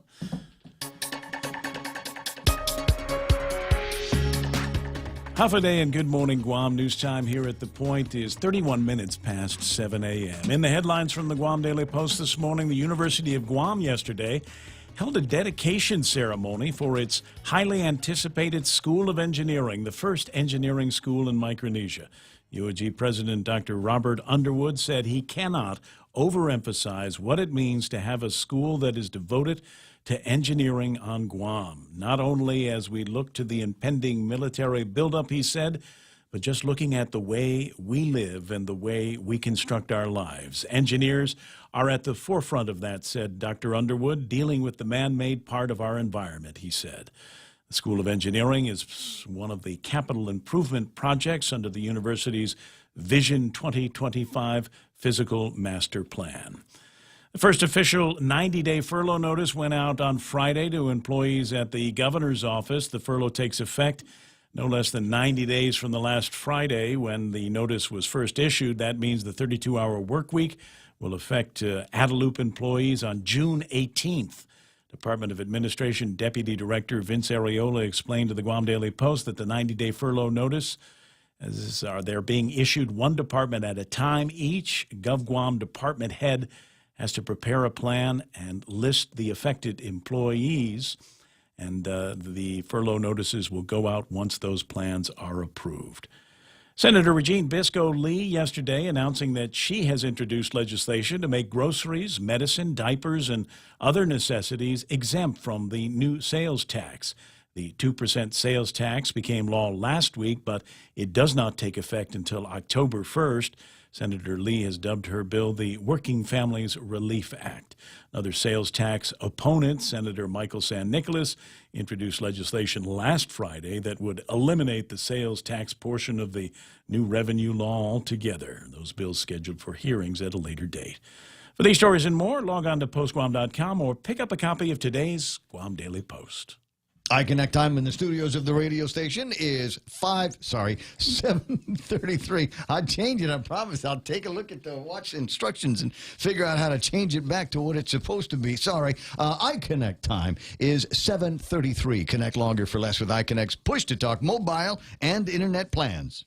Hey, it's your stomach again. Subway has all new signature wraps, and around the water cooler, the other stomachs can't stop talking about them. Chipotle Southwest steak and cheese, turkey, bacon, and guac, rotisserie-style chicken Caesar signature wraps. Listen, if I'm honest, as a talking stomach, I don't have a lot of life experience. But I do know one thing. These signature wraps are jam-packed with meat. So what are you waiting for? I'm growling over here. Subway. Make it what you want. When the power goes out on Guam, the little things can become surprisingly big.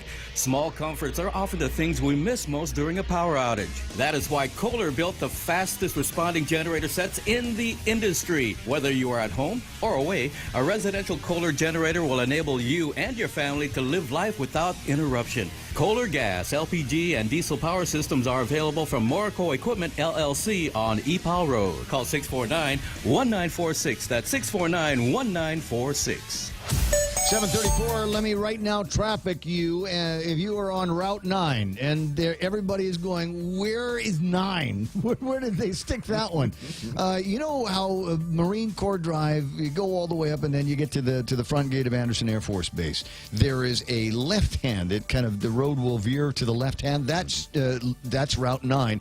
And from about where Challenge Emsley is, southbound traffic is building up there for some reason. Don't know what it is. If you're at the front of that, 888-8255, give me a ring and let me know what exactly it is. The rest of Marine Corps Drive traffic should be smooth sailing right until you get to the lip of Dededo, the outer lip of Dededo, where you're going to see, as you might expect, traffic is going to build up until you get all the way southbound. Route 3 towards the Guam Regional Medical City, traffic in both directions is slowing down at this time. Marine Corps Drive in front of this building here is experiencing a little bit of a traffic build because it's 7:35 in the morning. That's why. That's right now traffic on the point.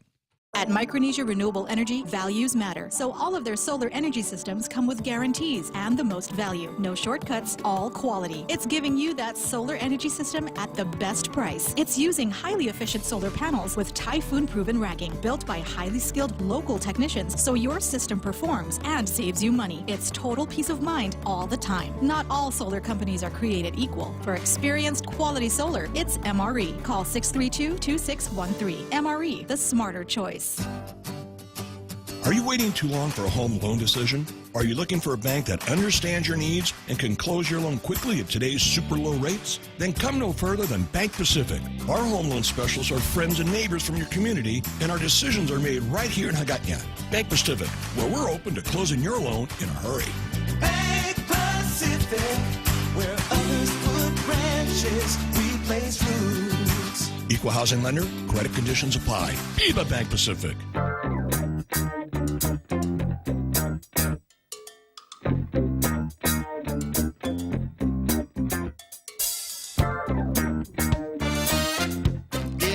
Yep. Okay. Thanks to Julie Paxton, one of my favorite realtor buddies, says Tselen Carreta is almost before Start's golf course and the turnoff to Retidian, also known as Potts Junction, way up north. So they're going to be doing a groundbreaking for that over at the front of 28. So that's going to be taking place on Thursday. So as I say, there's certainly going to be some more construction, mostly military build-up style construction through there, because that's going to be the way that they get from A to B, I guess, when all the Marines finally get around to coming to town. I see in the chat this morning on Facebook, he hasn't actually chatted anything, but I can see that he's there. Neil Weir is on and got the radio going. That's nice. That's nice. And Neil should call me up, say hello, good morning. Been a while.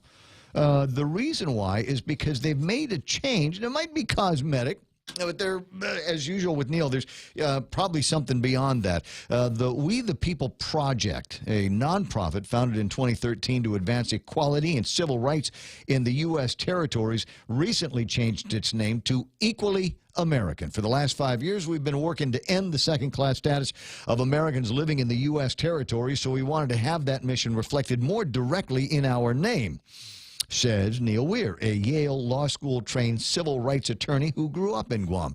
Recent national attention to U.S. territories following Hurricanes Maria and Irma and North Korea's nuclear threats to Guam create an unprecedented opportunity to make the case that it is time to treat the 4 million citizens living in U.S. territories as, quote, equally American.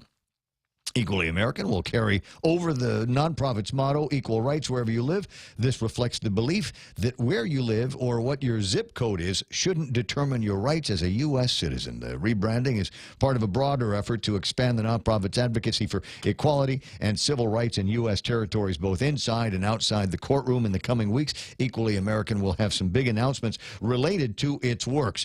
And I got to get caught up with him. It's been a while since we've talked, but there have been, I think, not outcomes in court cases that I think they would have rather gone in a different direction. But I'll wait on that until I can actually get him on the line and quiz him on where they've been, what they've tried, and what the next step is going to be. Because sometimes with law, it's like that. Sometimes in the legal world, it's you tried something one way and it didn't work, so we'll go back over the language and see if there's another thing that we can do that will help us achieve the same kind of goals. And what essentially are the goals? Well, among them is to make it so that if there's another election for president of the United States of America, we'd be able to vote out here. I think we might need some congressional action in the form of I don't know, big amendment to the Constitution. Act, yeah. Well, maybe just come out with a Constitution. Although that's I don't know how we're going to do that with not being able to fund the Commission on Decolonization the way we'd like to. I don't know.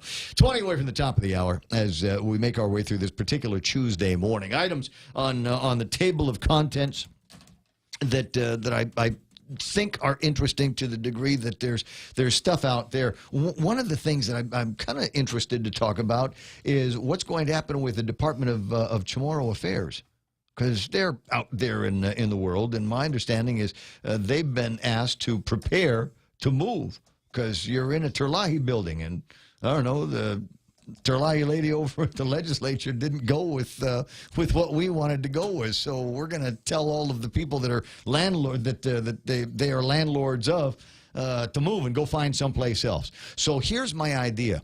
We don't have enough government of Guam in the ITC building yet. We need more Gov Guam in the ITC building. We have not exhausted all of the parking options in that particular building. Although, what was it? It was a line that was floating around in the WhatsApp chats last week. Careful, because Luans is there, and they're stalking cars. You know, you break the law, you go inside, you come out, your car is going to be gone, Jack. I did speak to Johnny Sablan last week about that, and he said they're eyeing some space over the Chamorro Village. For all of the stuff that needs to be in, what do you call it? Well, that's, yeah. Because I mean, they've got artifacts there. They've got things that need to be put in hermetically controlled mayonnaise jars to protect our relics. The offices in the Terlahi building, he said they're looking at the possibility of moving over to the Chamorro Village. The artifacts, undecided yet. We'll have to see. Okay, all right. Well, good. It's about time. I haven't had a chance to talk to Mayor Savars since I've been on this radio station. Good morning, Miss Mayor. Hi, Ray. How are you? I'm doing pretty good. How about you? Long time no talk. I know, but I've been listening to you. Yeah, that's so nice. Even though I don't have a time capsule for you to play? It's all right. It's Anyway, so a couple of reasons why I wanted to call. Number one, where in your village is Chalancareta? Chalancareta is up there. We're going to Del Mar Condo, so right before it starts golf course. Now, is that technically your village, or is that far enough north to be Jigo? No, it's still ours. It's still in your village. So obviously, this groundbreaking thing they're going to be doing on Thursday that's a big deal for you, right? It definitely is. It'll widen our roadways up in that area. Yeah, we'll probably need that too. Although I, never really had a problem getting into or out of starts, but I guess it'll be all right when because of all of the additional activity that's going to be coming by with the military. People own land up in that area as well, correct? Yes, they do. We might anticipate an increase in the value of the property now that we got a bigger road going through there. Yes, I believe so. As a matter of fact, over the years, there's been an increase of housing developments that have gone up in that area. Right. You can see it from I think you can see it when you're landing, depending on which way the airline pilot wants to bring you in. So at the end of the day, that's a good thing. I mean, maybe they'll even reopen the McDonald's, right? Hopefully they put something in there. Something has got to go up there in between. And look, there's going to be a bunch of guys going back and forth. They might even stick a bar, a Hooters or something up there, right? Not quite. We're trying not too many adult entertainment that we want. More family oriented. Hey, Hooters is a family place. Yes. If your family is into girls with short shorts and chicken wings. Right. We used to have one. Now, there was something that caught my eye today. You guys are actually, the Mayor's Council is looking for somebody to design, construct, build, and then disassemble when it's done the Queen's float for the upcoming Liberation. Yeah, so what we did is we put out an information for, say, just information if anybody would be interested in doing such a thing, and not necessarily to bid it right now, but if there's takers, that's something that we need to know is, would there be somebody willing to at least do all that? But that's not normally done, is it? I mean, isn't that something that, I don't know, somebody's village or last year's winner puts together the float? Or this year's winner? Last year's winner did. What we did is we gave them, the village at Juan with Santa Rita, and we gave the Queen's Committee, asked them to build the Queen's float. So in doing that, we gave them $10,000 from the Queen's Committee, and this is money that was raised from the ticket sales that the girls sold tickets with. Sure. So $10,000. However, they couldn't be in the village competition. And Santa Rita's one that wants to be in the village competition. Well, that's because they win practically every year. Right. So they built 2 floats for that. And, because the Queen came from that village, from Santa Rita. And so, of course, they said it was a lot of work and 10,000 wasn't going to cut it. So, but they did what they could. They did the best that they could, plus built their village float despite that they weren't going to get the would be part of the competition. So the discussions were, it's not that we can't participate even if you give us money. So, Queens, we had a meeting about 2 weeks ago and decided that let's put out an information request. And see if anybody might be interested in doing it for you. Yeah. Huh. Okay. And so it's $10,000 is what you would be interested in paying for that? There was $10,000 is what we gave last year. And, we know you can't build a float for just $10,000. A beautiful float. Back up for just a second. What do you mean you can't build for $10,000? Really? With all the work, you can get all the material and stuff, but if you want to pay the laborers, but, most of it is labor of love. And I was going to say, hold on a second. Kevin, you know people over at Cortec. Could you just ask them to just run by and build a float for the mayors? Oh, they all work upstairs. Don't ever ask me that on the air again. I know what that sound is. All right, so, but it could be something that somebody might be interested in doing. Maybe a big corporate, somebody, a giant out there that might want to participate. Would they get to put their logo on it if it was Cortec? Well, we'll see. I'm pretty sure there'll be things. They'll be announced that they were one of the,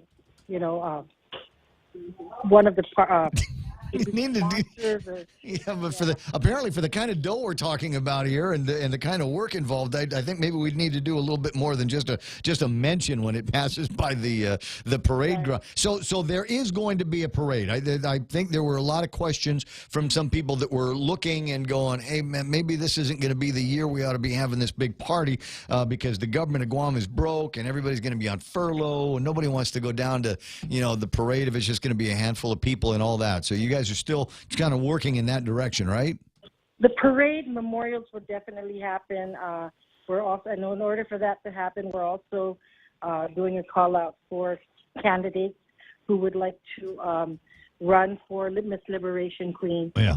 And of course, that's actually what brings the money in for the memorials and the parade. Right. What's collected on the parade for the entries is not even enough of what we spend for the reviewing stand and all the logistics that needs to go into planning that big day event. Right. Well, I don't know what to do about that. Maybe, you know what? I got an idea. What we'll do is we'll have a carnival, and at the carnival, we'll have a casino, and, the casino can raise some money. Whatever they raise, we give right back to the mayor so that they can fund some of the things like the carnival, like the parade, et cetera, fireworks. Yeah, so this committee that was formed, with the Mayor's Council is not doing Mayor McDonald and Angel will handle that carnival bit. We're focusing on the memorials, the parade, and the Queen's contest. Right. I don't have them on the phone. I've got you on the phone. Yeah. So what's the latest here? Is there any room from whoever where we might be able to back out over that law that says we can't have the casino and the betu and pay red? We're putting something together to send down to the legislature to see if we can amend that just a bit at least for the carnival time, at least for the color game, betu and over and under. Because those those games are like harmless. I've never heard of anybody losing the mortgage because they hit blue too many times. Yeah, so. We'll see when that goes down. Yeah, and then you got all the other games that I've never played because I never really understood them. But there's fun things that you can do, and every little kid growing up on Guam needs to learn how to play the colors game. And for no other, it's fun. Sometimes you get a couple of guys that might be able to figure this thing out and win some actual money. You could walk away with tens of dollars. If you do it right in the color game, as opposed to some of the other things that are a little bit more dangerous. Okay, so we'll see what we can find out about that. But I do know that there is. It looks like there's some work being done on the Route 8 Carnival area. Is that you guys, or is that the vandals going in looking for wires? No, now Mayor June Barragata Mayor's office actually has control of that area now. There is a public law that transferred those properties over to her. Oh. And so I know that she's has some recreation activities going on now. So that's through the Barrigada Mayor's office. Okay, well, remind me a little bit later on. Get her on the phone, and we'll see what's going on. Because, like I said, it looks like somebody's tried to clean the place up because it's never not looked like a ghetto. But now it looks like a ghetto that somebody's trying to clean up around there, and maybe to be able to use it for something. Maybe our own night market in the Barrigada Village, right? Yes. That's what you understand the plan to be? Okay, well, we'll find Junie, and see what she's got to say about that. Mayor, it's always a delight talking with you. We'll do it again soon. You got anything big going on today that I'm going to hear about after I hang up on the phone? Nothing right now, but, we do have that big groundbreaking on Thursday. Yes. Well, that'll be a magical, spectacular moment for everybody, I'm sure. Yes. And seeing as how that's being all done with, like, federal dollars, right? Yes, it is. Sweet federal dough, going to make one of our roads bigger. Combined with military, build up money. That's fine. It's the same as it all comes out of Donald Trump's pocket. Yes, it does. And as long as they're doing the spend on that, then I'm all right. And that should coincide with the conclusion of the existing road widening project on between the mall and Route 3, right? Route 1 and 3. That should be clearing up in a couple of months. Okay, gotcha. And outstanding work. Well, just to say it on between you and Stasha with your guys out in front of the flea market every Saturday and Sunday. Okay. Well, thank you. Yeah. No, they're really good out there, and I've got to say, they're normally you get into a situation like that, and the guys just make the traffic worse. But the guys that you've got running the traffic around there are doing an outstanding job. Did a great job with the Rainbows race too. So pass it along, would you? That was us. Yes. I know it's you. I know your guys. There was a guy leaning on his horn over at the intersection because he was mad because he wanted to get on Route 16, but we had a 5K going on. And one of your guys, a lot of backbone on this guy. He just kind of rolls up on the car, says, "Are we gonna have a problem? Are we gonna have a problem this morning?" And shut that horn off. That was good. So outstanding work, good training. Safety of the participants of the race is absolutely mandatory. Mayor Savvares, love you, mean it. Talk to you later. Thank you, Ray. Have a good one. I already have a good one. Thank you very much. 7:53 in the morning on the program. 888. I should probably tell you. 888-8255 is the phone number here. There's stuff you need to talk about. Maybe there's something rattling around in your head, and you're going, I got to get it out. I got to get it out. Maybe you're watching this Gita story, and wondering about all of that. And I love this quote from Monty Mesa. It seems that the discretion maybe needs to be looked at again, because they'd talked about it and they said, "No, Jay can do it. We'll do some back and forth on this, and we'll be able to see what's going on." And as a result of some journalists looking into it, maybe they're questioning again. Maybe there needs to be a little bit more board oversight. And I tell you what, it might also be too late for that, because I think there's going to be legislative oversight on that here in just a little bit. 5:53. Glenn Leon Guerrero, good morning, Director. Hey, Ray, how you doing? You know what? I'm terrific. A little bit sleepy. Took the red eye in from Manila last night, and but as you go up and down these things, right? So you're in another place. No doubt, you always look at things that they do different there. And traffic in Manila is awful, but they've got that new Skyway open up to the airport, which has relieved a little bit of the congestion moving in that direction. So I always think about their public works when I'm in a different town. So how long does it take? Where are you living? I mean, were you staying in the? I was in Makati, and the guy got me to the airport. I want to say in about 20, maybe 25 minutes. Oh, that's great. Yeah. It was about 8 o'clock at night, so that wasn't bad. And I took an Uber. From your choices are Uber and Grab or taxi, and the taxis are also Grabs. So they've got this weird hybrid system going on out there, and I want to say that one, we took the low road into town on that one, but it wasn't so bad, cruising through it. So I want to say that was about 25 minutes between there and the hotel. So I think they're par of the course. There were a couple of places where it slowed down, but it was all right. Not any worse than traffic I think we see around here. But traffic on Route 28 up to Chalancarete is going to be getting really good, because there's going to be a widening of that road, correct? Correct. We've already started work on that road, I think a week and a half ago. Groundbreaking is going to be this Thursday. Mayor Savvares is very excited about that. Tell me about the widening, and if you would, give me a little bit more of a sense, because I don't remember that road being much more than a 2-lane. It is just 2 lanes, so we're going to widen it so it matches up with the road from 1 and 3 at the beginning of 1 and 3, right near the hospital.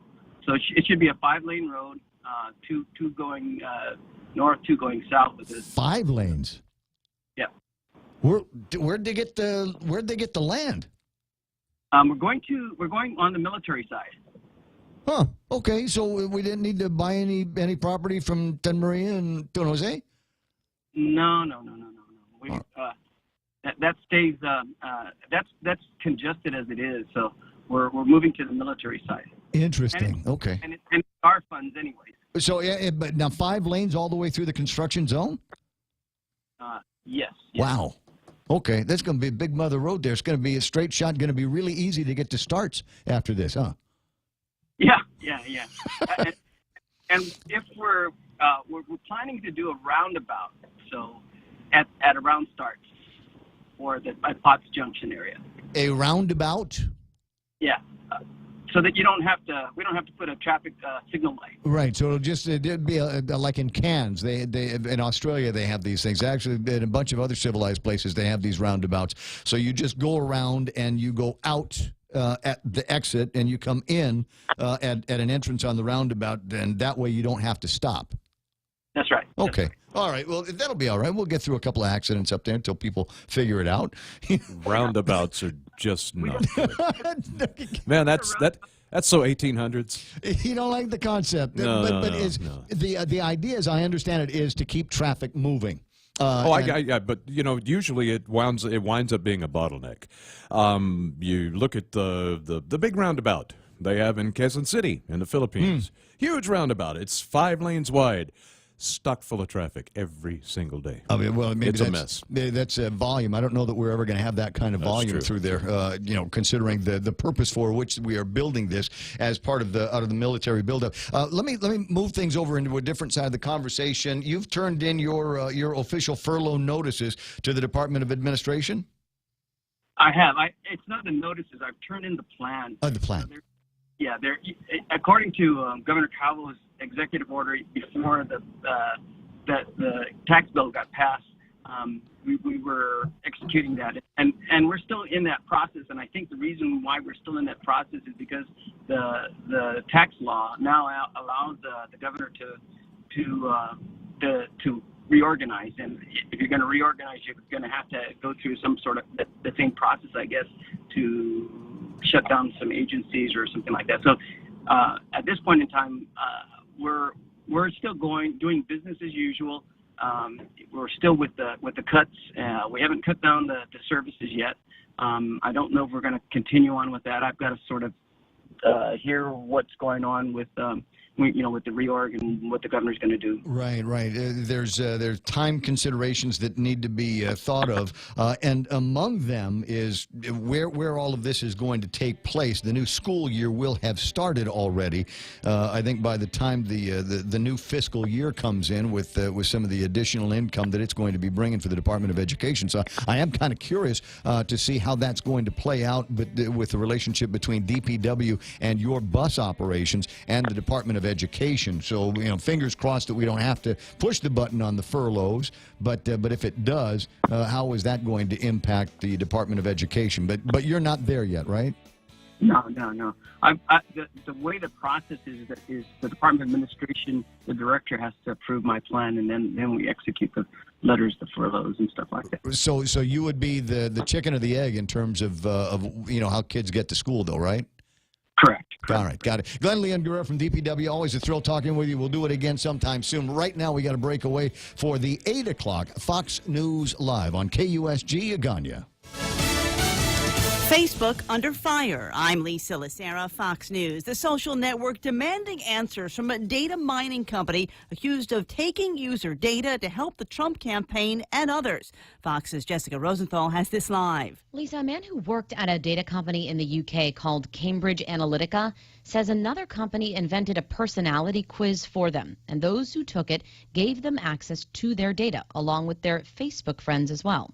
Chris Wiley said he worked with then Breitbart editor Steve Steve Bannon before he advised the Trump campaign, but that the information was used to influence it as well as UK's Brexit campaign. Facebook now says it's hired an outside firm to investigate all of this, but that there was no breach. People took a quiz and willingly gave up their data. Cambridge Analytica says they deleted the data and none of it was used in any political campaign, Lisa. Jessica, Dianne Feinstein, the top Democrat on the Senate Judiciary Committee, asked Chairman Chuck Grassley to hold hearings on the data use reports. She's seeking testimony from Cambridge Analytica CEO Alexander Nix, whistleblower Chris Wiley, and Professor Alexander Kogan. And Britain's Information Commissioner plans to seek a warrant to access servers of Cambridge Analytica. A college student missing in Bermuda found dead. Fox's Steve Rappaport with details live. Lisa, Mark Dombrowski was at a bar with friends following a rugby tournament and left by himself after midnight Sunday. Government surveillance cameras spotting the 19-year-old less than a mile from the bar about an hour later before he vanished. Authorities locating the 19-year-old's body after a day of searching that included relatives and volunteers. Officials won't say how he may have died, but foul play is not ruled out. Dombrowski played rugby for St. Joseph's University in Philadelphia. He was supposed to leave Bermuda with his family yesterday. Lisa? Steve, Wall Street at the close. The Dow off 335. The Nasdaq lost 137. The S&P minus 39. Fox News, fair and balanced.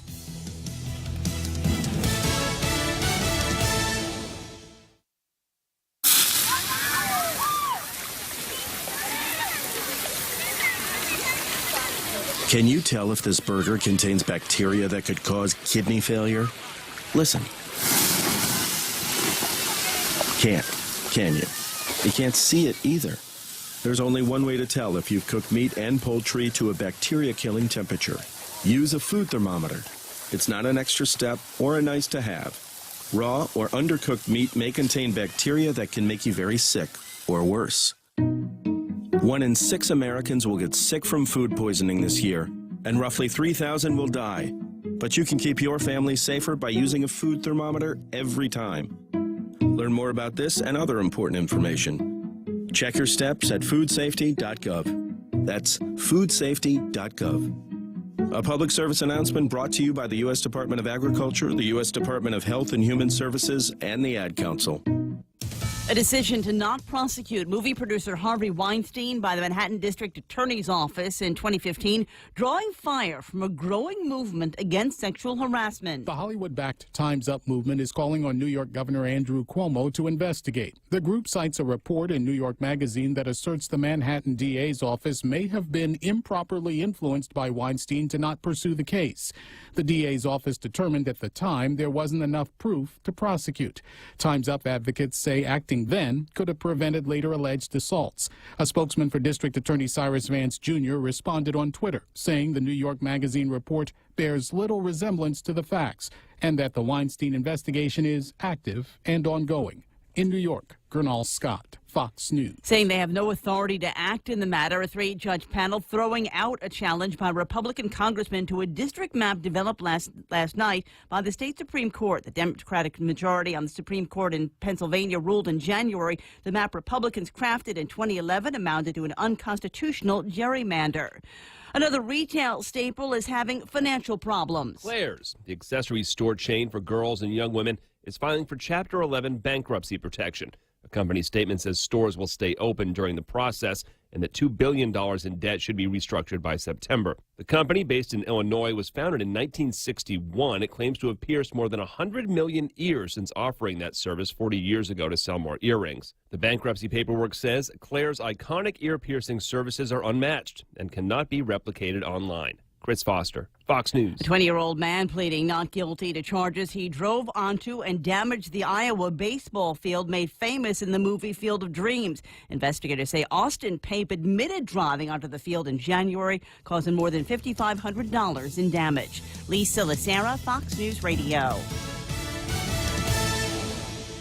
Come out for the 4th annual Chucky Run and Fun 5K, 2K, and Flyaway giveaway. Join us Saturday, April 14th at Chuck E. Cheese's Guam. Show at 5:30 and go at 6 a.m. T-shirts, medals, and other cool prizes, refreshments, and indoor activities after the races. Grand prize drawing for all participants is a trip package for 2 to Manila. Register at Chuck E. Cheese's Guam. $8 for students, $12 for adults, and Group of 4 Super Saver for just $35. The 4th annual Chuck E. Run and Fun 5K, 2K, and Flyaway giveaway. See you there. Hafaday, my name is James Moylan, and I'm running for a seat as your senator. The people of Guam expect more from their leaders, and I intend on delivering. If given the opportunity, I will bring my experiences in the military, public, and private sectors. I understand that during challenging times, tough decisions and an open mind are needed. Your tax dollars also need to be spent wisely. If you expect more from your elected officials and expect them to think outside of the box, then I humbly ask for your support this November. Thank you. Paid for by the committee to elect James Camacho Moylan for Senator, Carlos Camacho, Treasurer.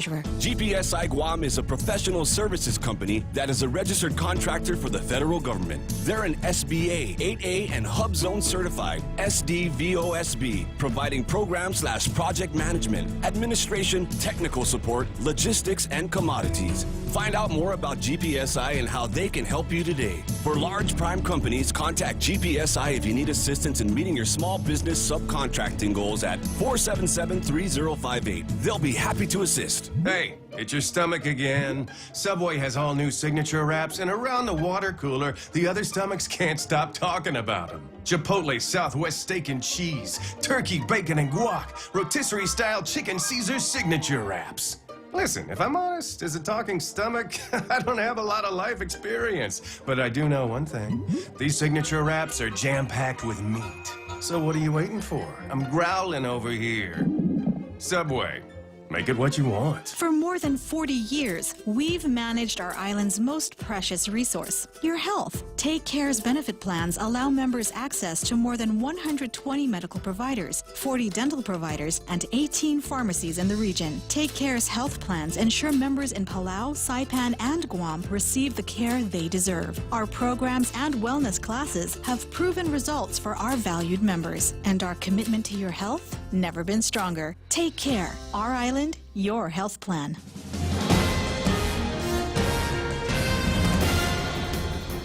Hafaday and Good Morning Guam News Time here at The Point is 8 minutes past 8 a.m. this Tuesday morning. I'm Kevin Kerrigan. Here's a look now at some of the top stories from the Guam Daily Post. Archbishop Michael Burns expressing relief and offering prayers yesterday during a news conference in the wake of Friday's announcement by the Vatican that suspended Archbishop Anthony Apparon had been found guilty of certain of the accusations against him involving the sexual abuse of children. Burns said he did not know which specific charges that Apparon had been found guilty of. He also said, to his knowledge, Apparon is the first archbishop to be removed from office, stemming from the new tribunal process instituted by the Vatican. Apparon has been stripped of his title and his residence in the Archdiocese of Guam. Burns explained that Apparon still remains a bishop by ordination, but he is no longer the archbishop. Apparon is appealing the verdict, and the penalties against him have been suspended until the appeal process is complete. Meanwhile, attorney David Lujan, who represents 5 men who have accused Apparon of sexual abuse, told the Guam Daily Post yesterday he thinks the Vatican's verdict is great. It vindicates what everyone has been saying, said Lujan. Apparon has maintained his innocence and refused to participate in any settlement discussions. When asked if he thinks the verdict would help him and his clients, Lujan said, "I don't see how it hurts." St. Dominic's Senior Care Home has called for an emergency meeting Thursday to determine where all of its residents will go. The nursing facility's contract with the medically indigent program has been rescinded, according to its administrator, Sister Maria Teresita Velez Manaloto. In a letter to all guardians and residents at the home, Manaloto wrote that come April 1st, which is Easter Sunday, the residents of the home will no longer be covered by the MIP program. Families and guardians need to have a plan on where to take their family members, she wrote. She called the situation urgent. We'll have more news after this. In illness and in wellness, Calvo's Select Care is health care that is there for you. That's why over 80% of the Guam medical community places their trust and insures with us. We offer our members wellness and fitness programs for a healthier lifestyle and provide a comprehensive medical network on and off island to help members from unexpected illnesses. Contact Calvo's Select Care today for more information. Relax, enjoy, and be greeted by the spectacular view of Hagåtña Bay when you visit the Point at the Sheraton Laguna Guam. Gaze into the beautiful sunset as you unwind to the music of Philip Garcia and Natasha on Wednesdays, Mama Shar and Nina on Thursdays, Philip Garcia and Louise Muña on Fridays, and Jack Larimer on Saturdays. Open daily from 8 a.m. to 11 p.m. Happy hour from 5 to 8 p.m. with all cocktail drinks for $7. Receive a discount when you present your SPG card. Call Peter Yaban at 646-2222 for reservations at the Point at the Sheraton Laguna Guam Resort. 11 minutes past 8 a.m. here at the Point. Robert Patterson took the stand yesterday and denied the rape allegations made against him by a minor known to him. Patterson is facing 3 counts of first-degree criminal sexual conduct.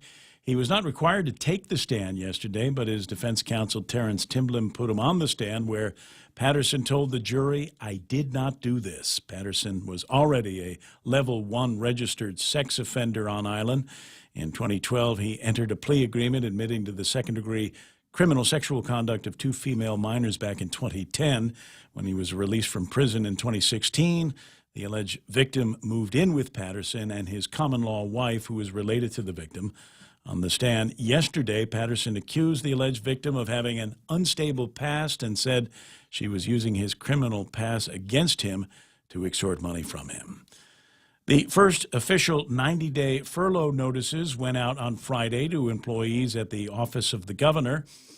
The furlough takes effect no less than 90 days from last Friday when the notice was first issued. That means the 32-hour work week will affect Adelup employees starting on June 18th, unless it's canceled before then. Department of Administration Deputy Director Vince Areola explained to the Guam Daily Post that the 90-day furlough notices are being issued one GovGuam department at a time. Each agency and department head must prepare a plan and list the affected employees. Department of Public Works Director Glenn Leon Guerrero telling the Post that he submitted his furlough plan on March 13th.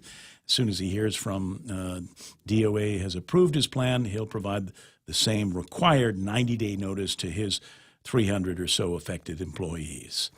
For these stories and more, log on to postguam.com or pick up a copy of today's Guam Daily Post. Here's Ray with the weather. Is there weather today? Yes, it says partly cloudy skies, isolated showers. There's northeast winds up to about 20 miles an hour, decreasing in the evening time. Highs around 89 degrees and overnight lows 76 degrees. Sunset tonight about 6:31. A couple of other things that you need to know about. There's a high risk of rip currents through Wednesday afternoon along east-facing reefs, and fire weather watch is in effect through Wednesday afternoon for the island of Guam. That's all you need to know right now. News and weather together right here on The Point. At Micronesia Renewable Energy, values matter. So all of their solar energy systems come with guarantees and the most value. No shortcuts, all quality. It's giving you that solar energy system at the best price. It's using highly efficient solar panels with typhoon-proven racking built by highly skilled local technicians, so your system performs and saves you money. It's total peace of mind all the time. Not all solar companies are created equal. For experienced quality solar, it's MRE. Call 632-2613. MRE, the smarter choice.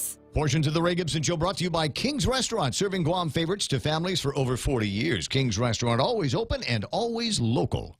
Yes, money is something we should talk about and plan for and use to make life better. It's how we make our giant leap from where we are to where we want to be. So let's talk together and work together to check off shiny new kitchens, fully nested dorm rooms, and bucket lists with more countries than our passports can hold. Let's check them all off together. First Hawaiian Bank. It all starts with yes. Member FDIC. Nice. And when they say yes on your real estate plans, make sure your next call goes to Security Title when you absolutely need confidentiality in your real estate transactions. Security Title. Join the most excellent of egg hunts. Chuck E. Cheese's Guam is holding their annual indoor egg hunts on Tuesday, March 27th from 3 to 7 p.m. Pre-register for the right age group in one of the 4 egg hunts per hour. Bring your baskets to hunt those eggs. Stay and play for the best experience. Call 647-4544 to register or stop in the restaurant. And sign up. Excellent egg hunts at Chuck E. Cheese's Guam. GPSI Guam is a professional services company that is a registered contractor for the federal government. They're an SBA, 8A, and Hub Zone certified SDVOSB, providing program/project management, administration, technical support, logistics, and commodities. Find out more about GPSI and how they can help you today. For large prime companies, contact GPSI if you need assistance in meeting your small business subcontracting goals at 477-3058. They'll be happy to assist. The Ray Gibson Show. Any speaker, anytime. Watch and listen live on thepoint.gu. Hey, man, I take that seriously, that any speaker, anytime thing. I want you to be able to get caught up on all of the things that we think are important here at the radio station.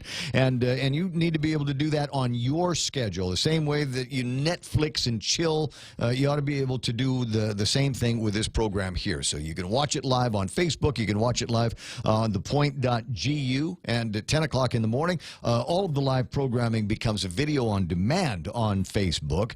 Or you can go to the point.gu website and under Ray Gibson Show, click on the recording of today's program. Right. Now, my recommendation is to do that through the website after the show, because that's an extremely clean feed. The video on demand from Facebook, they shrink it for archival purposes, but on YouTube we send it's a 720p signal, which that means something to people that know about video. I don't know what the heck it is, but if you know videos, wow, 720p on my phone. Get out of here. Really? You're kidding, man? What is going on there? But we got to move on. There's something else I got to take care of. 8:16 in the morning, and by God, it's time for sports.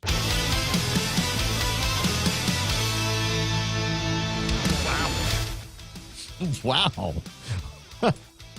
Makes me want to run to the bathroom I now. told you, I freshened them up a little bit. That's some serious stuff there. I figure we're bringing in Blake Watson, for crying out loud. He deserves more than just 2 beds. Yeah, thanks. I still get that. That's where Blake ended up. Yes, that's where Blake is. You know what? They put out they were looking for me on Craigslist. Somebody. what? Yeah. They were. Where did Blake Watson go? Are they hosting? Will they host? Yeah. I don't know. It wasn't a misconnection either. They actually named me by name. It wasn't bearded, long-haired, shaggy sports reporter that used to be on air that I don't see anymore. So where do you get that? I mean, because you don't go to Craigslist. No, never. not even for furniture or magazines or books. Not even for tropical fish. Right. So we not Craigslist kind of people. So it's always interesting to find out who the somebody shared it on. Oh, somebody shared it on Facebook. That's how I know. Tag me in it. There, Facebook. Thanks. There's a safe place to go. So I was going to say this when you were mentioning earlier. Has Netflix kind of an opinion question? Has Netflix gone the way of the Q-tip or chapstick or Kleenex? Meaning, like, if you're streaming video, like, hey, let's stream some video. It's like, oh, hey, let's Netflix it. Yeah, not quite generic. Okay, because there's too many, right? Still Hulu and Amazon, but no one's like, hey, let's Amazon Prime and chill. There's yeah. I mean, Netflix, it's become a verb, right? Is what you're pointing out. But I don't know that they're ready yet for to be the generic thing. Not like Google, right? Not like Google, right? No one says Bing it. Ever. Right? Ever. Ask Jeeves it. And if somebody ever says, oh, yeah, I saw this on Bing, I'm like, really? Really? Is that what you used there? If you want to impress me, you should still use Lycos. That's that was my Yahoo! Favorite. Yeah, Lycos, go get the it. First. You know, some of these kids nowadays, though, man, they're really forceful with this whole Netflix and chill thing. I mean, it's almost like, get over here! You know, it's like, whoa, hey, man. That's all they do. I don't know that I want to chill that much. So we played the sports theme, so we probably should get around to doing it. Yeah. I want to say congratulations to my new friends and seatmates aboard Philippine Air 110 out of Manila last night as I was eating a hot dog. On the plane? No, they don't give you hot dogs on the plane. I was about to say. No, at the airport, the hot dogs, you get one place over here, and they have a variety of hot dog flavors, and then next to it is where they sell you warm beer. Room temp? Just a little bit cooler than room temp. Oh. They probably have balut right in the back. Well, you know, that's what they say. They say that I think it's on the other side, traditionally beer, like in Europe and stuff, like Guinness. Guinness is almost like a milkshake of beer, but they say that when you get it on tap, like in London at a pub, it's served. Most of the kegs in London are all room temp. Yep. Yeah, but how cold is it? Well, I mean, even during the summer. I mean, yeah, I guess in the winter it works out, but you know, in the summer it's normal No, temps. yeah, and I don't know. I don't drink that stuff. It's that poison will never pass my lips. I like it cold. Thank you very much. But anyway, so as I'm sitting there eating the second of the 2 hot dogs that I had for my late dinner last night, I start recognizing and it's amazing that you can still do it. You're in the Philippines, and they're similar persons of color as persons of color are here on Guam. Mm-hmm. And even the similar last names, you know? And so I'm looking at these people, and they could have passed for Filipinos, except I got a distinct Guam vibe from them. Oh, okay. And I thought, these are Guam kids. And sure enough, the more time I spend looking at them, they've got, you know, things on their clothes emblazoned JFK. And I come to find out it's JFK's track team. Hey, shout out to my alma mater, JFK Islanders. Yeah, so the Islanders were apparently, and they've been away from home for a while. So moms and dads listening right now, they were all very courteous, well-behaved, didn't start any ruckus in the airport or anything like that. But a bunch of great kids. They were in the Philippines for a little bit. I guess they did some track work out there, the track and field team, and then they went to Taiwan for some stuff out. And I don't know what they won. I didn't ask for the medal count, but they said, yeah, they were able to score on a couple of games. The problem is that they were we don't have we're good on the track side, but not so much the fieldy side, right? We don't have a shot put guy or the spear guy. You know, or the javelin. The javelin. What's the one with the ball and the chain? Oh, the hammer throw. The hammer throw. Exactly. The hammer throw. So I guess we don't have a lot of that. So we could not compete in all of the track and field events. That's crazy though, because we have people of we have people here, both of both genders, male and female, that have a lot of upper body strength, and you would think that things like discus and pole vault and and shot put would all be kind of on the forefront of our field side as far as track. But yeah, we've always done good in track, and I wonder if it's the and this is not me pointing the maybe we finger just at don't anybody. have the stuff. Well, I was going to say maybe it's that, or maybe, and honestly, maybe it's just a lack of experiencing at the coaching level. Maybe we just don't have too many coaches that have experience in those events. Right. So in turn, it's just hard to kind of teach them at a very at a competitive skill set. So you get as much training as you can here, and then you go off island and compete there, where maybe you've got more access to the coaching and things like that. Like the girl that you're always talking about, Regine Tagati. That one. She's doing big things, by the way, on her social media. Is she? Yeah, she's got a new. I guess she's got a new love interest up there at the Naval Academy where she's at, and it looks like he is from Virginia or somewhere around the area, right? And I guess they were training on the West Coast. And she took him to a Chamorro restaurant in San Diego. And I also saw that she was posting, she took him for the first time to Jollibee. He had the the fried chicken and the spaghetti for the first, because her Snapchat, or not Snapchat, her Instagram said, somebody's eating Jollibee for the first time, and it was her significant other that she took there and submerged him in the Guam culture. So I arrived at 10 o'clock in the morning in Manila, and by noon I was face into 2 pieces of fried chicken from Jollibee. Do y'all realize, and this is not really sports, by the way, before I get into this, record breaker Jeannie Girardo broke her own shot put national record over the weekend at the Guam Track and Field, Ray. It was an open meet held at the Guam High Track. Jeannie Girardo broke her shot put record with a distance of 11.26 meters. Congratulations. So there you go. But I was going to say is by the end of this calendar year, we're going to have Red Lobster. I know, right? Olive Garden. And Jollibee. Wow. Can you believe that, Guam? We need a culinary heaven. We need a Whataburger. You know what? We're gonna run out of excuses to travel now. And if they put a Krispy Kreme somewhere, there's really no reason to go anywhere. No reason to go anywhere. Yeah, I'm almost positive I saw people on the airplane. Krispy Kreme. Yeah, fighting for the overhead compartment so they could stash their Krispy Kreme up there. Well, at least the Krispy Kreme won't die in the overhead bin. I had a Krispy Kreme growing up. I had a Krispy Kreme down the street from my house growing up. Aren't they making Krispy Kremes now with Nutella inside? Yes, they are. That's crack, That's babe. insane. That's like making a fried chicken sandwich with 2 pieces of fried chicken as the bread. Yes, oh my God. All right, so was there any sports while I was gone? No, and that's because third quarter sports wrapped up, fourth quarter sports upcoming. So we've got IIAG fourth quarter sports. However, shout out to the middle school St. John Knights as they shut out the McCool Middle School Lady Seahawks. This is the girls team, by the way, 8-0, and they remain perfect, 10-0. They finished the season due the St. John Middle School Lady Knights soccer team. But you know, I would have really enjoyed going to a junior high school named McCool.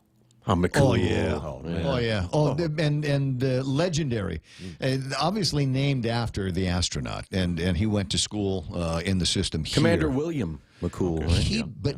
But he was also, if you look in the record books in a variety of sports, including running, his name is in there. Really? Yes. He was a runner? Oh yeah, yeah. Huh. There's a hill run that we do that he was like the big shot in.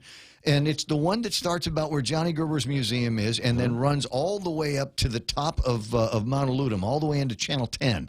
Wow! And that's the McCool run. That's no easy hill. There's nothing easy about that. and so I've done it once, and every year it comes up, and they say you're going to run it again. I said no, it's in the rules. You only have to do that once. It's hard enough just driving up to the tower, much less running up there on foot. Oh, and I guess the marathon. I guess the Guam Running Club's marathon is this weekend. I got a note from my friend Julie, and Julie's role is she does the last water stop before the end of the marathon. And one of the reasons why you like to see her is, number one, because you know you're near the end. Yep. And number two, she has beer for me. Oh, okay. So she asked if she needed to bring any beer. But I'm not running any more marathons this year. Only half. I did Okinawa, and that's all. And I didn't train, and I'm still bummed out about my lousy time. So I think I'm gonna run half marathons. I'm much easier to train for. I've got my weight down for, but I'm getting my pace runs in, so I should be able to do that without embarrassing myself too much. And then the great thing is you finish happy. Yeah. Half marathon, you finish happy. You're done. Very cool. Very cool. Yeah. The full marathon, I hate everybody until somebody puts a beer in my hand. Then I start to feel a little bit I've been better. watching a lot of my friends on social media train for all the running. We talked about it last week right before you split. It's just running season. I mean, there's you got the Bank of Guam 5K. You got What's the the best marathon. time of year? I mean, now until the end of April, it's going to be awesome. And my buddy Josh DeKinko, shout out to him. I guess your abilities are not going to go unnoticed. He just for funsies Sunday morning woke up and ran 18 miles. Just for just a Sunday morning. Why not? Marathon coming up. Might as well run 18 miles just to say hey. Wait, it's a marathon. It's the 12th, right? So shout out to Josh DeKinko, my buddy. Yeah, so he has to do that, and about 18 miles is where you are in the training. So there'll be a couple of other long ones that he needs to do in order to fill that out. But he's running before, and he's got time. He'll be just fine. Yep. And he's young, and he weighs 70 pounds less than I do. So that also counts. I did mention that last time I saw him. We were at the press conference. I go, wow, have you leaned out? You used to be a little bit more bulky. And he was like, oh, well, I'm training to run. I was like, oh, that's right. That's right. More effort to carry around a bigger body, so you want to slim down a little bit. That's why you do that. 6:28 in the morning. That's Blake Watson. He takes care of sports here on the radio show, and now he's going to go back over and be the guy on Star 101. Follow him in that direction. While we do the Facebook Live thing, you can watch him at star101.gu if you'd like to see what goes on in Monday, Tuesday morning on a top 40 style radio station. I got to take a break. Be right back. More Yak on the way. At Micronesia Renewable Energy, values matter. So all of their solar energy systems come with guarantees and the most value. No shortcuts, all quality. It's giving you that solar energy system at the best price. It's using highly efficient solar panels with typhoon-proven racking, built by highly skilled local technicians, so your system performs and saves you money. It's total peace of mind all the time. Not all solar companies are created equal. For experienced quality solar, it's MRE. Call 632-2613. MRE, the smarter choice. news. I got your headlines in a second, but right now I got to take a look at right now traffic. And Traffic Gizmo tells me there's cars everywhere. 8:30 in the morning, and second string traffic is even busier than first string traffic. Not a whole lot of places where it's congested, but there's just seemingly more cars on the roads right now. Traffic in both directions by the schools out in Mangilaw. Traffic in both directions up in Sinahanya. Let me see if I can get a little bit closer on where some of this stuff might be. Yeah, that's what I thought. Over by the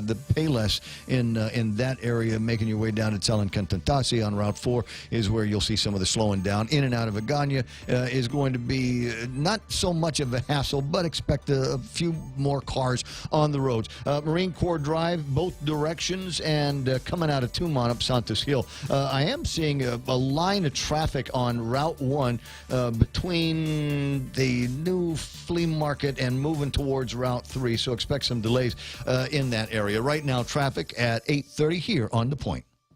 For over 55 years, Community First has served our island as a full-service financial institution. And now, we're proud to introduce the new Community First Student-Run Credit Union, open in Mangilaw on Route 10. Guam's first student-run financial institution, which means it's operated by college students like us, ready to serve all our members, existing and new. We're just down the road from UOG and GCC. Community First Guam Federal Credit Union, now open in Mangilaw. This credit union is federally insured by NCUA. This KFC chicken is great. Shrimp. Hey, who are you calling shrimp? KFC's new shrimp burger. It's great. Howdy, folks. KFC's Colonel Sanders here. Try our new shrimp burger and all our seafood items available this season. KFC Food Keliquin, breaded shrimp, seafood salad, and of course, we can't forget your one and only favorite KFC original recipe chicken. All right. I need to try KFC's new shrimp burger. Good, because you really are shrimp. Hey, a 5-7. KFC, it's finger-licking good.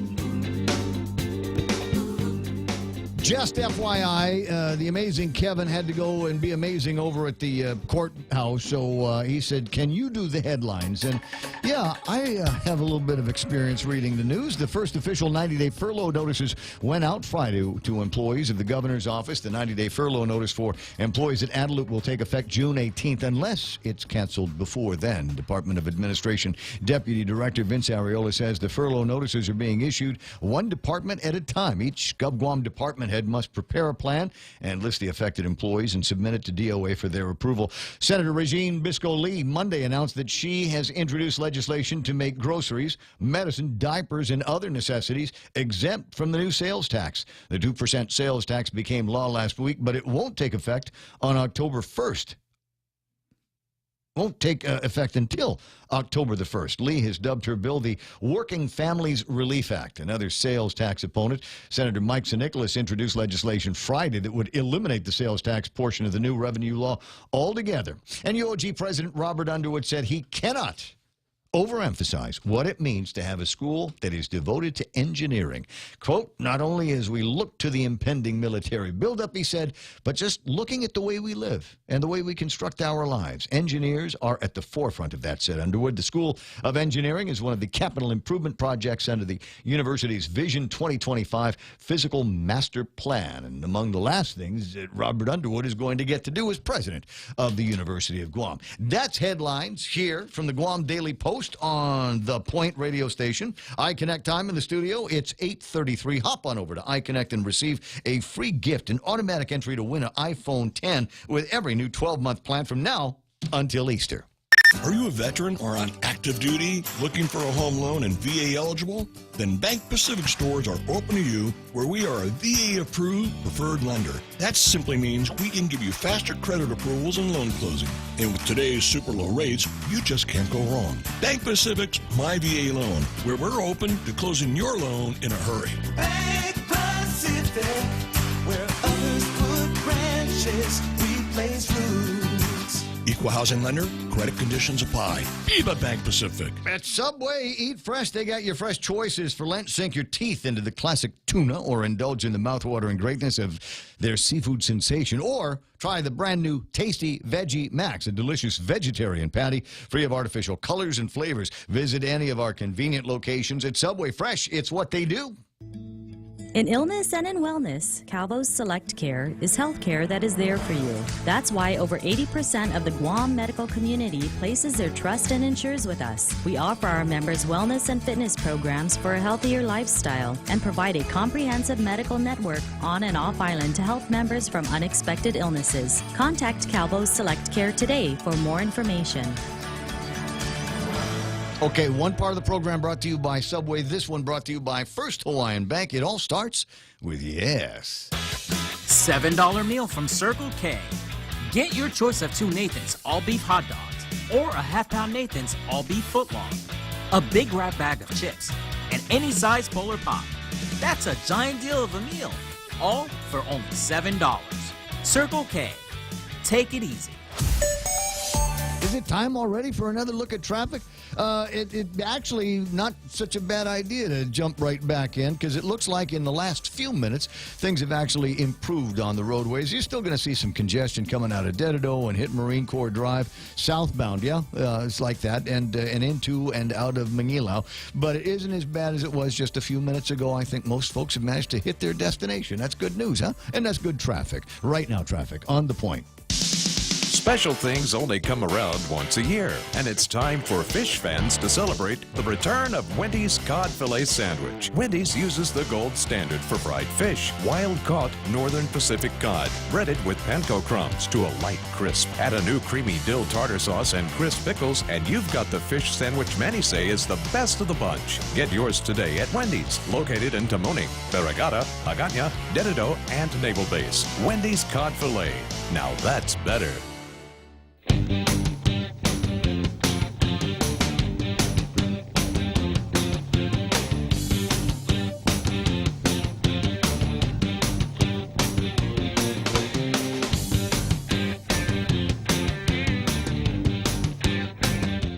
From 9 o'clock already?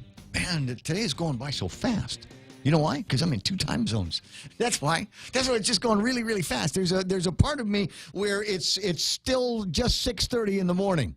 And then there's another part of me where I realize, wow, it is 8:36 over here, isn't it? So you're both in the past and in the future. Well, there's a good reason why you want to stay in the past is because I just come back from Manila, dude. Yeah. And you know what I love about Manila? What is that? There's just the generosity of the people out there is fantastic. Yeah. I normally stay because my brother turned me onto the place. I normally stay at New World.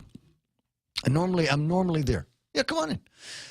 And this trip, we stayed at the Fairmont, which not too far away. I mean, a 2-minute walking distance between there and the New World Hotel, and obviously you've got Greenbelt, which is right over there, and so that means that I got to try out a new buffet, which was absolutely killer. The buffet that they've got at the Fairmont in Makati is absolutely delightful. So a recommendation there. But there's, and golly, there was, what did I have there that I loved?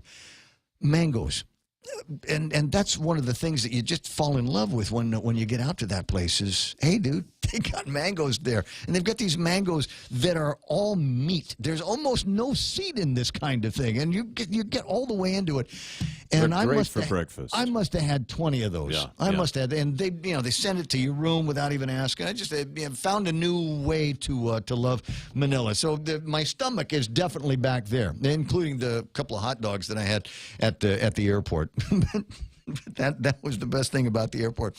But there is another cool thing about the airport. Just an FYI, you can get a massage there. Yes, you can. Yes, and you it's can. cheap. And so everybody had the same idea as I did. I got in and rushed over to where the massage center is, and they got all the tables laid out. So I rushed into the thing and I said, "Can I get a massage?" And the guy says, 45-minute wait. And I'm looking at my watch going, in 45 minutes, I get a massage for a half hour and miss my flight home. Forget it.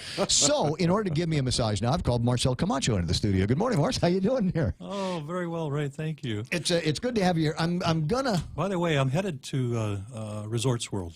Are you? I am.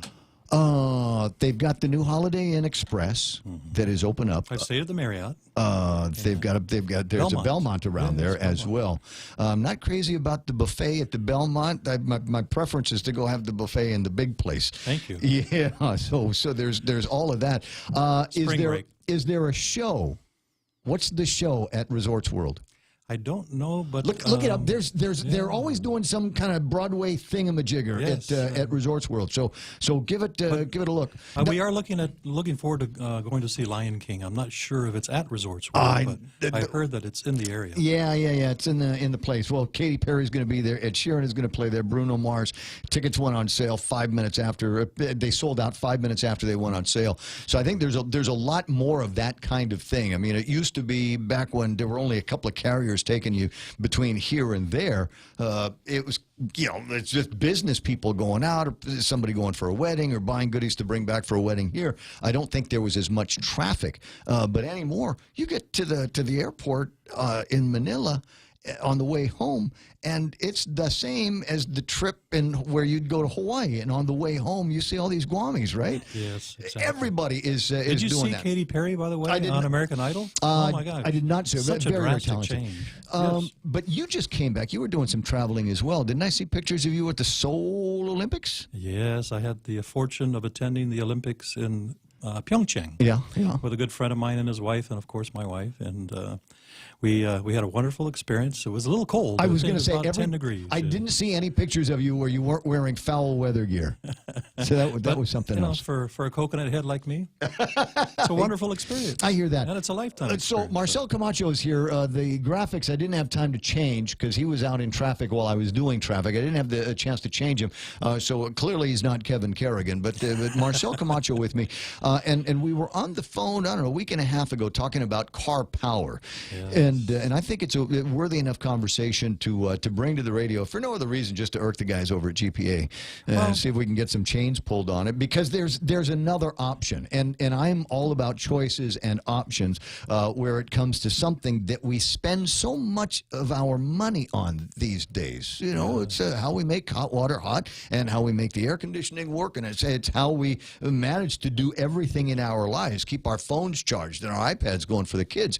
Requires I just got my electricity. power bill, and it went up to $385. I haven't seen it that high in a long time. Going to go up again. Yes, because the LEAC adjustment rate is going to kick in again in May. That's right. We had the second time this February, year. and then we have another one, and that doesn't take into account the one that's going to be talked about in May. August again.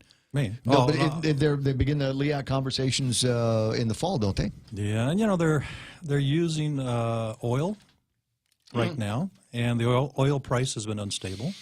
So in their efforts to try to predict, for maybe a 5-year period where the price is going to go, sometimes they don't. Sometimes they go the wrong way. Well, I mean, because you're right. Who knows what's going to be happening? We assume that it's going to be going up, but how far up, we don't know until we're actually writing the checks for that fuel. And that's got to come back to the ratepayers. That's not something that the Power Authority is going to handle on its own. That money needs to come from somewhere. And so our base rate might be relatively low, given the systems that we have here. But once we factor in the price of the fuel, then we run into some problems. It's not my intention to bash GPA. It's my intention to create an awareness that where they want to be ultimately is what I have to offer today, and not in 5 to 10 years. What's the ship time? What's the sail time to go on for one of these things? Well, what GPA wants is natural gas, and natural gas is cleaner, so it's better for the environment. It's more efficient, right, and more affordable. Now, the Car Power ship, there are 21 ships under production right now. We can have one sailing to be here in 6 to 9 months and fully operational. We estimate in less than a year.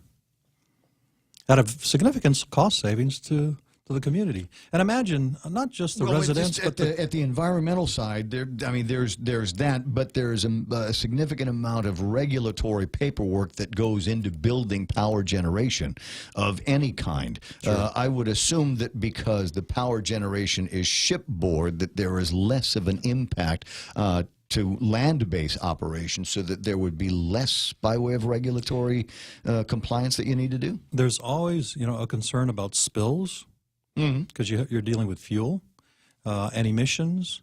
And when you're dealing with the marine environment, you're going to be using the water to cool the engines. Historically and worldwide, I think the threshold is that when you draw the water and use it, that you put it back with no deviation of greater than 3% in temperature. And car power ships standard is no greater than 1% deviation. Oh, that is interesting. So they know what the world standard is. Yeah. They know what U.S. EPA and Guam EPA standards are, and they will be able to comply with it. Okay. And as far as spills are concerned, these guys, Double anybody, hold. anybody in the marine business knows how to deal with spills should they occur. Yes. Okay. Even the belly of the ship actually can hold fuel, and they retrofit these older ships. Yeah. So they're recycling the ships, and they do a double hull just in case there's a spill within the belly. Wonder how much it of goes that into is- secondary containment. I'm wondering how much of that might be just regulatory as well. You've got to have double hull. If you're going to have this type of equipment in the ocean, it's going to be using this kind of fuel, so that if something does punch through that first hole, you've got a chance to capture it before it gets outside. Very typical for the gas stations out here in their tanks. Of course. And then I was going to say there's probably another component to that, in that, like I said, anybody in the marine business knows if you've got a leak, then we'll put some booms out there and capture it, and then find a way to keep it all in one place. But how much fuel are we talking about these things carrying, or is that dependent on the size of the the size of the generation? Yeah, and I don't have an answer for that specifically. But typically, a ship will come in every week and refuel the storage facility, and then that should be sufficient. So where is the fuel that runs this? Is it on the ship, or can they draw it from a tank on land? It can be different. You're talking about a tank on land. That's a possibility. Yeah. We prefer to have some storage within the belly of the ship, and Little bit. also a storage facility adjacent to the ship. So they there call would- it a floating storage unit, or FSU. Another ship? Yes. Okay. Smaller. All right. So we're talking about car power, and it is an option in terms of generation, adding to the capacity that we've got here. Well, GPA is asking for up to 180 megawatts, and they're specifically saying dual fuel. That because is they diesel want and diesel LNG. and or natural gas. Yep. And then they want a combined cycle unit, which means that typically a generator will run off of the fuel, and then the heat that's created can also be used to generate more electricity. So that's where the combined cycle comes in. Okay. But there are advantages of having a car power ship producing the power and using natural gas today. One of the things that we talked about on the air that I liked the idea of is that it is scalable in use. Yes. So if you got a 100 megawatt unit and we didn't have the demand at the time to run 100 megawatts worth of production, you could scale it back. So Yeah, we think about we it wouldn't nighttime. Have, yeah, we Everybody's wouldn't have a sleeping. spinning reserve. Right. As it were, which is something that we've had to have for a long time to make sure that we And could a spinning meet reserve peak would demand. require fuel. Yeah. But if you're shutting down generators, because typically a car power ship would have 20 megawatts per generator. And if GPA wanted 180 megawatts, we actually would put 10 generators on the ship, equivalent to 200 megawatts. But in the event that, let's say at midnight, everyone's asleep and the power's off and no one's cooking and no one's running their dryer and the demand goes down to 100 megawatts, we can actually shut off a certain number of generators and not consume that fuel. Right. And actually, these generators... I'd run the cheaper fuel and then sell that to GPA, so they would be able to give some kind of a break to the ratepayers. Absolutely. That's the whole idea behind the efficiency aspect of Car Power Ship. So, how did Car Power hear about Guam and Guam Power? What was the connection? How'd that get made? I'm a member of the Governor's Council of Economic Advisors, and I have been focusing on finding companies from Korea to invest in Guam. And a friend of a friend of a friend, because I'm pursuing other power-related companies, introduced me to Car Power Ship, and ultimately I became their representative here on island. What other markets are they in? They are in, Indonesia. They have 4 or 5 ships. If not 5, then the 5th one is just being activated as we speak. Egypt, Sudan, and other areas across the world, and they have 21 coming off the production line. So, of course, they're heavily marketing it. Interestingly, just with the promotion that I've been doing here on Guam, I've had interest for 2 ships in the Philippines, and 1 in Taiwan. Nice. And 1 in Saudi Arabia, and 1 in Peru, and 1 in Ponape. In my mind, though, because it's on a ship, I have this feeling like this is not permanent.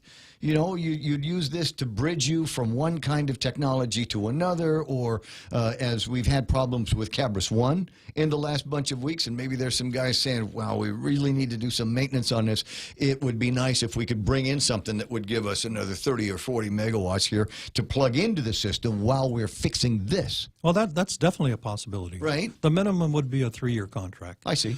But I think It'd take you at least 5 to build a new place. This company has actually changed the model for power ships, and I think even GPA has this misperception. Because they have 15 operational, because they have 21 coming, because they have the wherewithal to actually produce these in advance of orders. They buy the generators, they buy the ships, they retrofit the ships. If you go to their website and watch the Discovery Channel's video story about this company, it's really fascinating because they talk about how they actually start this whole process of recycling, as I mentioned to you, old ships and turning them into something productive for the benefit of generation for countries worldwide. There was a question that had popped up, and I mentioned that you were going to be coming in here, and somebody had asked a question about, do they need to be Jones Act ships? No. There's no requirement, because they're not actually shipping anything. They're not traveling from one port to the other port. Okay, they would be moored and stationed here. Okay. But getting back to the question about permanence and portability and things like that, as you say, it was a 3-year commitment, but for something like this, I would imagine that these guys would be looking for something a little bit longer term. Well, the ships are made to last 25 years at a minimum, and then they have to be taken out of the water and repainted. But, you know, the generation units, I think GPA wants a 25-year contract, and then they want us to turn over the entire ship. And that's a possibility. So rent to own, right? Yes, exactly. So tell me a little bit more about the contract, because the devil is going to be in the details. And as we talked on the phone, there's a couple of different models that I have in my head. One of them would be working with the Power Authority in a public-private partnership way, the same way that we had the people that were running Temis and a bunch of these other... And even the new solar farms. Yes. Right? So that's not the Guam Power Authority. They're a company that works for the Guam Power Authority, sells them the electricity that they make at a certain cost, right? At a certain cost. And then GPA marks it up. Of course. Well, you know, they have the operation, the management, they have bills to pay, the bonds. They have new campus out there, the Kardashian campus out in Manila, modeled after the Camacho Landmark Center, I might add. So you've got that you've got to worry about, and so I understand we're going to go ahead and mark up the prices a little bit, but that's the one model where they would be working it that way. Yes, and they completely control the transmission and distribution, and so that's important to add. But it doesn't have to be a government contracting. I have the military looking at it. And you know what the military is looking for, I think. So you would go direct to the customer? Yes. Okay, because that was the next question that I wanted to find out. Well, Is it- tomorrow at I some go point- before the Guam Contractors Association, and I'm hoping to meet with the chamber representatives, and I've talked to the Guam Hotel and Restaurant Association, who can syndicate a contract with us to provide private power to their industry. And we backfeed the power into GPA's transmission and distribution system. Same way that the public-private guys do. We get a credit, and then with that credit, we maintain the system and charge the customer directly. So Now, you would still have to charge, you would still have to pay the authority, though. Yes. So because they're buying the That's called electricity. net metering, right? Yeah, so net metering, they would still be a part of the function of providing the electricity through their infrastructure, because you're just coming in on the generation side, not transmission and distribution. Correct. And not maintenance. Correct. So in that case, they would be able to charge a figure, I suppose, that would be requisite to cover those needs. Is there a concern that that might force your prices to be out of the reach of even these companies that these people you're talking about syndicating? Again, on the residential side, I'm looking at almost a 50% difference between what we can generate it at and what GPA is charging me now at my residence. Right. Of course, that includes the LEAC rate. Well, there will be no LEAC adjustment, and any number of other things that are going to be a part of of your rate package when you put that together back to the consumer. So, like I said, to me that's the interesting part. And I told you the story of I think it was Peter and a couple of the other guys that were talking about doing a coal plant here on Guam several years ago, and that story went far and wide, and then nothing eventually happened with it. But it did open up the concept, if you will, of that private option to the consumer. So I don't need to go with the Guam Power Authority. If I want to get my electricity, I'd get it from Marcel's Car Power Company, and it would go through their transmission and distribution system. But at the end of it, I should be able to pay a lower rate because you don't also have all of the same costs that GPA would have. Interestingly, the Guam Power Authority submitted to the Public Utilities Commission twice the request to proceed with this, and they indicated what specifications they wanted in the bid, and it was rejected twice. Oh. Because the specifications were too narrow. Interesting. Very interesting. Yeah. And now the Public Utility Commission, I think that their objective is to get the best price. As it should be. As it should be, because we as consumers should look for the best price. Granted, of course, that they meet the conditions of the dual fuel and combined cycle generation. So you've been kind of on a media junket in the last few days. I know you've been on and in news and in features, et cetera, pushing this concept out. What needs to happen next? Well, there's a bid out. Are you going to get an unsolicited bid, right? So no. I mean, what do you mean by unsolicited? Did GPA ask for? GPA is asking for people to submit. So it is a solicited bid. Yeah. Okay. Unsolicited bids are not legal. I thought there was a way that you could get out from under that. No, that's not what we're trying to do. No, actually, we came here in response to a statement that GPA is looking for generation, and we wanted to provide a solution. But interestingly, again, when we talk about PUC's mandate to the CCU and to the management, what they're doing right now is backwards. You will not see the price for the proposals until, number one, they have looked at your financial capability and your experience, and that's what concerns me the most, in that GPA has already summarily rejected the Car Power Ship's concept without looking at anything like what the specifications would dictate. Right. Because that's not the system that they're in love with. That's not the system that they have been planning for umpteen years, and they still want to control the fuel. And controlling the fuel means we may be subject to the wrong hedging in the future again. Where would it go? Where would what go? Your car power. Where would the ship go? Where do you Where are we gonna secure park it? Where are we gonna moor? Yeah. We have looked at an ideal location right now, but of course we have to study it in more detail if we should move forward with securing the contract. But what do you think your kilowatt hour rate's going to be? Well, it's we are predicting less than 13 cents and possibly less than 12 cents. Mm-hmm. Of course, you're giving our competitors now an advantage. But we still feel that they're not going to be able to meet our price. Well, I mean, if that's the range that everybody's got to be shooting for, I know that there were some other numbers based on the efficiencies of some of the systems that GPA was looking at where they thought they might be able to get a blended rate down around 9 cents or something like that. But I thought looking at it, I was looking at it, and even with as little as I know about generation, I still thought, man, there's a lot that has to happen before you can get down to that rate. I think 12, there's 13 $100 cents. million cost that they've identified for the fuel lines, the double fuel lines, and the land acquisition, and again, that is at the burden of the community.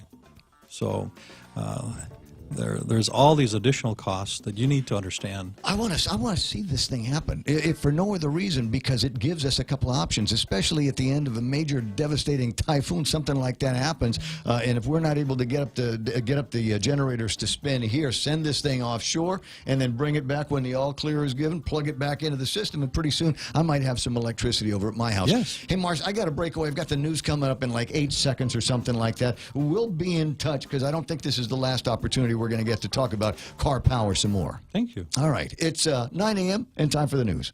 Silasera, Fox News. Members of the Senate want Facebook executives to come to Washington to explain why a third party had access to user data for political purposes. Two senators, a Democrat and Republican, are demanding the Facebook CEO and others appear before the Judiciary Committee. They want Mark Zuckerberg to answer some questions. How did so many Facebook users' information end up in the hands of a company called Cambridge Analytica, which then used that information for political purposes? And how did they get the data? The company replicated the work of psychologists and created those personality quizzes many of us have taken. Facebook says they suspended Cambridge Analytica from the platform and stressed this was not a data breach. People willingly provided their information. Cambridge Analytica says they did nothing wrong. Fox's Jessica Rosenthal getting tough on drug problems. Whether you are a dealer or doctor or trafficker or a manufacturer, if you break the law and illegally peddle these deadly poisons, we will find you, we will arrest you, and we will hold you accountable. President Trump speaking in New Hampshire, saying it's time to launch a new nationwide campaign to convince people, especially children, to not use drugs. New information after an Uber in self-driving mode struck and killed an Arizona woman. Fox's Gernal Scott has this live. Lisa, the woman, Elaine Hertzberg, who was killed while walking a bike across the road in Tempe, was struck. She was not using a crosswalk when she crossed. Tempe Police Sergeant Rodney Elcock said, as it concerns the speed of the Uber, preliminary investigation showed that the vehicle was traveling at approximately 40 miles an hour. Sergeant Elcock says there were no obvious signs the car slowed down. The driver was behind the wheel, but not controlling the car. He's been cooperating. Uber has since suspended its driverless car program. The NTSB is investigating. Thanks, Gernal. Fox News, fair and balanced. Wildfires burn millions of acres across the country each year. And each year, wildland firefighters battle to contain them. But they can't do it alone. For some communities, it's not a question of if wildfires strike, but when. And a single ember can travel more than 1 mile. As it twists and turns and floats through the air, that single ember can find its way to where you live and can ignite and destroy your home or your community. That single ember can be just as dangerous as the wildfire itself. You can't control where the ember will land, but you can control what happens when it does. You can take action now to prepare your home and your community for wildfire. Get fire adapted. Learn what you can do now to reduce wildfire damage later at fireadapted.org. Prepare, protect, prevail. A public service message brought to you by the U.S. Forest Service and the Ad Council. Learn more at fireadapted.org. A lawsuit already in the works to stop Mississippi's strict new abortion law. Fox's Steve Rappaport has this live. Lisa, the state's only abortion clinic filing a lawsuit hours after Republican Governor Phil Bryant signed the nation's toughest abortion restrictions into law. The legislation banning most abortions after 15 weeks of pregnancy. The law provides exceptions if the fetus has a health problem making it incompatible with life, or if the mother's life or a major bodily function is in danger. Governor Bryant says he wants Mississippi to be the safest place in America for an unborn child. He tried to put the Jackson Women's Health Organization out of business, but a federal court stopped him. Lisa? Steve, a railroad company, Norfolk Southern's moving derailed freight cars off the tracks after two trains collided in Georgetown, Kentucky late yesterday. The 4 train crew members taken to the hospital after the crash as a precaution have been released. The University of Alabama football team will get to celebrate their national championship win at the White House next month. The Tide will roll through Washington on April 10th to celebrate their comeback victory. Tagovailoa trying to make up for it. Fires to the end zone. Touchdown! Alabama wins! Audio courtesy of ESPN. The White House confirming that the Crimson Tide will celebrate that 26-23 overtime win over Georgia next month, marking the 5th time in the last 9 years that Alabama has come away with a national title. President Donald Trump was in attendance for that national championship game in Atlanta back in January. Matt Napolitano, Fox News. Want to avoid getting a cold or the flu on a plane? Get a window seat and don't leave it until the flight is over. A new study from Emory University sent squads of researchers onto commercial flights to look for viruses and observe how and when people came into close contact. They concluded that people on the aisles get up the most and tend to be most likely to be near a sick person. The study was funded by Boeing, the Chicago-based airplane manufacturer. Lisa Lacera, Fox News Radio.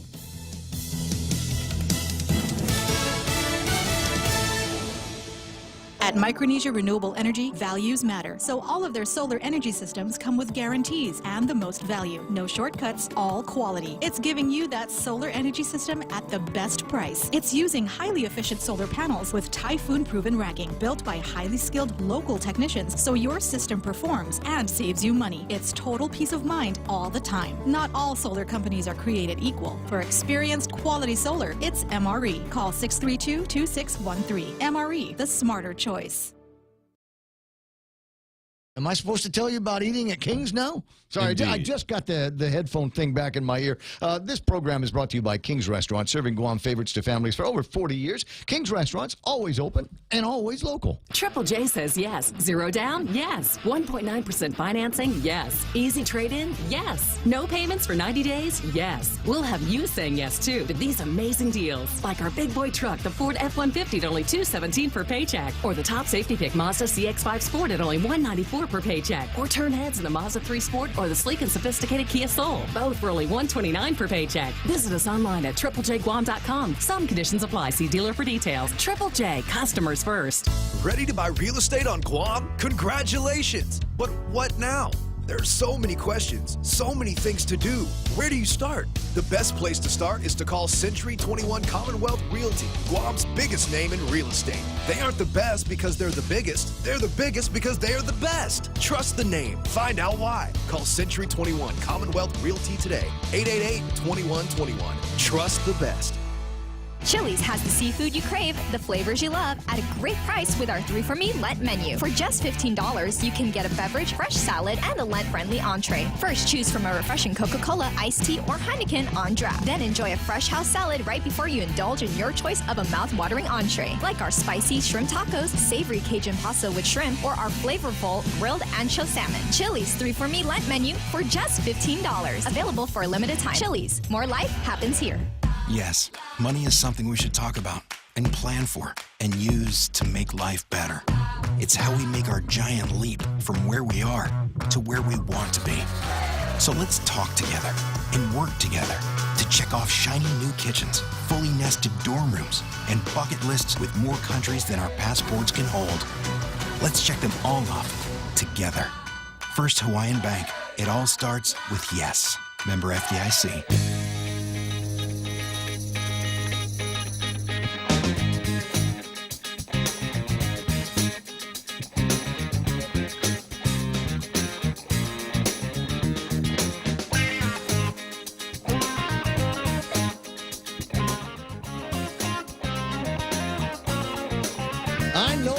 know it, 8 after 9 or so. It's the Ray Gibson Show on The Point, 888-8255. And as we normally do on Tuesdays, this is getting to be one of my new favorite portions of the program. I was talking to the guys from Community First Federal Credit Union about some of the different ways that they can solve your financial problems. Last week we were talking about turnkey mortgages, and as it turns out, that might actually solve a couple of problems that I'm aware of, where you would be able to take a contractor, let them get a loan, and let them do the construction on the property, and then you get a loan and pay them back with it. Right? So these guys would cover the nut on the construction, and when it's all said and done, you're basically taking out a new mortgage that would cover the purchase of the land, the construction, and then you moving in and getting the keys to the house. And I thought that would be an interesting way to do it if you've got the land, if you don't have the land, if you've got the land and there's something on it, and you want to get rid of it.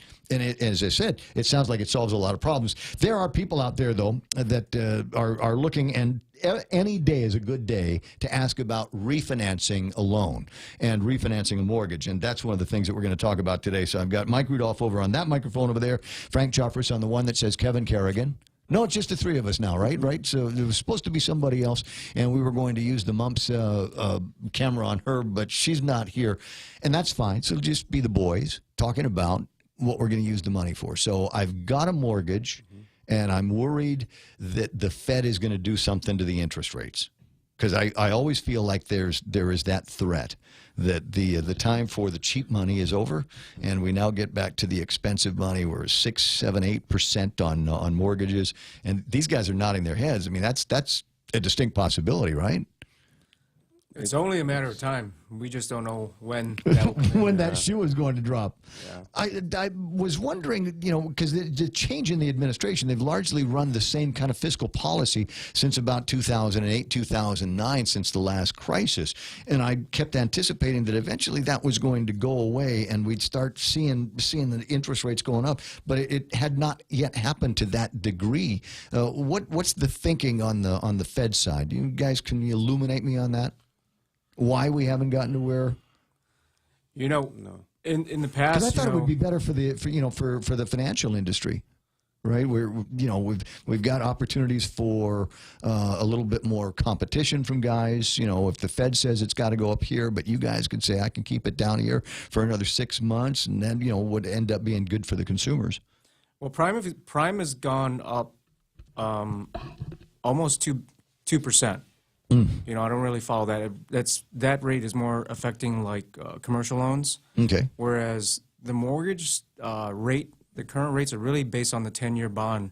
The yield. I was going to say, I didn't even look at the bonds today. So, but the bonds should be up because the markets were down today. Yeah, it's about roughly running about 2.85 on like the 10-year bond, the Treasury bond. So the higher the yield, lower rates. Okay. So in the past, I'd say maybe 2 years ago, that indicator was about 1.5%. 30-year fixed rates were like in the threes, 3.25 on a 30-year fix, and 15 years were hovering around 2.5.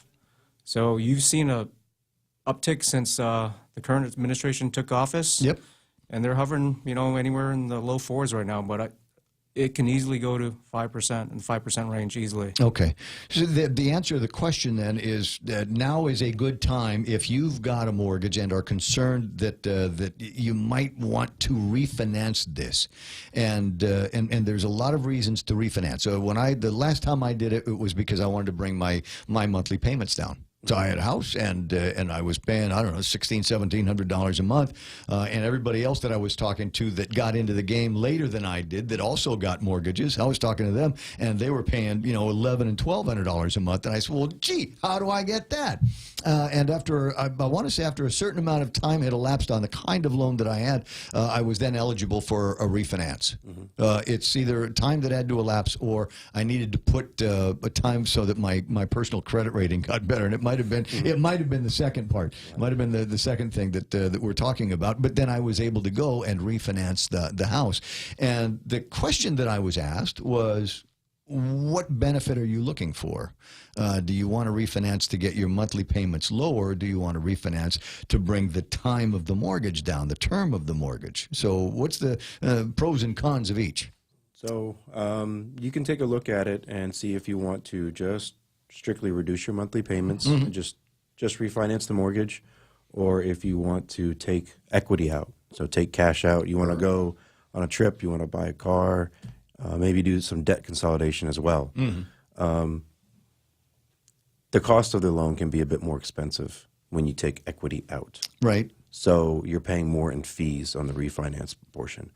And you don't always want to take equity out over and over and over again, because you're never really going to be retaining that property. Yeah. You're constantly paying for it. Yeah.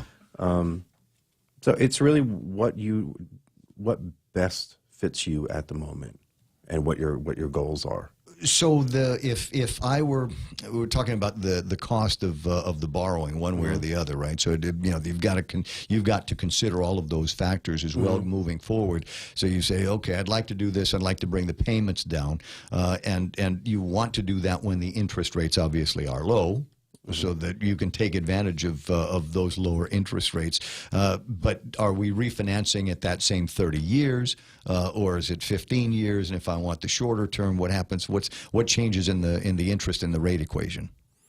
Well, obviously, the shorter term you go, the better the rate is, the lower the rate is. For example, I saw a scenario the other day. She's had the loan for about 8 years on a 30-year note. We were going to a 15-year. Her payments were about the same, but she gained 5 years, let's say, on of not having a mortgage payment. Right. Because in the end, when she has that 15-year loan, she's done with it in 15 years, whereas the current loan has about 21 years left. Yeah, so it's 21 years in the interest payments. We haven't touched the principal yet.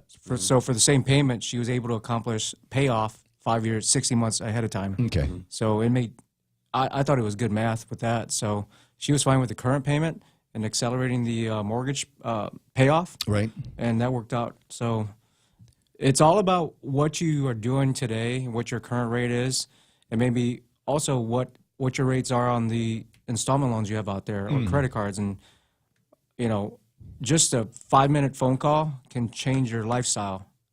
And, I don't disagree. I just, it's the idea of taking something that you're paying an interest rate of 21% on for the credit card companies, because you might have dug your hole a little too deep this time around, and getting out of it is going to take something a little bit more than making minimum payments. So you go back to the bank and you say, hey, I got the house. Can I refinance this and give me another $15,000 so I can pay off all of the credit card debt that I have? Yeah. Correct. And transfer that high interest debt to lower interest debt, and then you stretch that out over the term.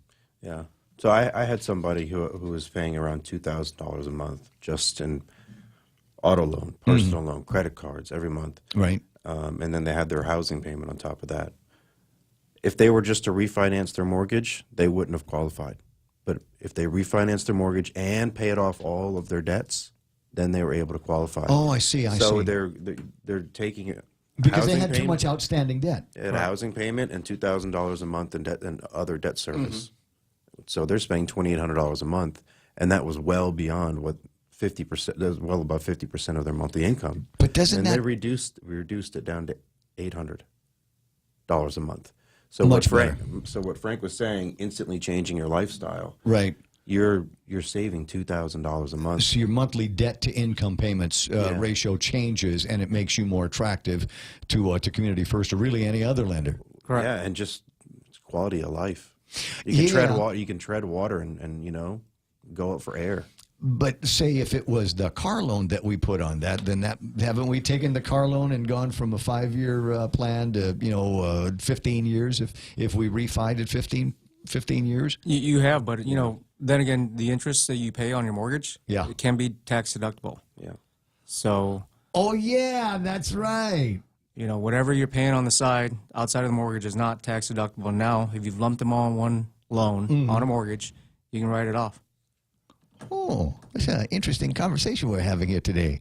I'm wondering if I might be able to take advantage of that. Maybe I let a little bit too much go on the credit cards this time around, and that might be a great way to do something like that. If you've got questions about doing a refinance on the mortgage, and a refinance is not the same as getting a second mortgage, right? Correct. Okay, because we're talking about the same property and using the home once as its own security here, and not taking out another loan based on that. Right. Okay, so it's all one instrument at the end of the day. Yes. Okay. It was just in my head a second ago about that kind of instrumentation. Is that doable though? Do you guys do second mortgages? We do. Yeah. Okay. Well, maybe we'll make that the topic of one of the shows here down the road, and when a second mortgage might be more desirable than a refinance. Sure. Yeah, I personally couldn't tell you unless I was, starting up another business or using that to support the purchase of another piece of property. Correct. I got you. If you'd like information on this, Frank Charfris is the residential loan originator. The other residential loan originator is Michael Rudolph, and you can find them at the Tamuning branch, right? Correct. That's correct. Okay, at Community First Federal Credit Union. Give them a call. The phone number is 472-8210. And now the other guy's going to tell me the website. it's www. He's got to look at his business card for that, right? www.communityfirstfcu.com. It's at the end of your business card, isn't it? Isn't it the same as the email address? That's all right. Yeah. Unexpected It's a long questions. handle. Unexpected questions will pop up all the time, but every time these guys have come to the radio station, they have put an idea or two in my head, and now I guess it just comes down to triggering out which one of those ideas I might want to go with here to resolve some of these issues. You were talking about making changes on the 5-minute phone call that could save your life by refinancing, but here's another side of the question. What if you would like to get the financing but don't necessarily have a house to secure it with or to add the mortgage onto? You guys go into those personal rescue plans every once in a while, where you might be able to take somebody's credit card debt, insurance, automobile payments, things like that, consolidate them all into one thing and then roll it out into one monthly payment? We've got some consumer products that might be able to assist Okay. members. Yeah. Daryl, we're going to do consumer. Derek, we're going to do consumer soon. Okay, good plan. Tell you what, I got to break. You're next, Romy. 20 after 9 o'clock in the morning. You found the point. Hope you found it interesting. We'll be right back with more Yak after these. The implementation of a new sales tax is a complicated matter and requires much more than just declaring it done. An agency will write the new tax code and with new details, procedures, and potential problems in mind. The team of Gutierrez Bordallo is concerned that this will not solve our current fiscal problems. Our team would streamline the government, reducing non-essential employees and services instead of taxing our suffering community. We need leadership. We need Gutierrez Bordallo. I'm Carl Gutierrez, and I approve this message. Hey, it's your stomach again. Subway has all new signature wraps, and around the water cooler, the other stomachs can't stop talking about them. Chipotle Southwest Steak and Cheese, Turkey, Bacon, and Guac, Rotisserie-style Chicken Caesar signature wraps. Listen, if I'm honest, as a talking stomach, I don't have a lot of life experience. But I do know one thing. These signature wraps are jam-packed with meat. So what are you waiting for? I'm growling over here. Subway, make it what you want.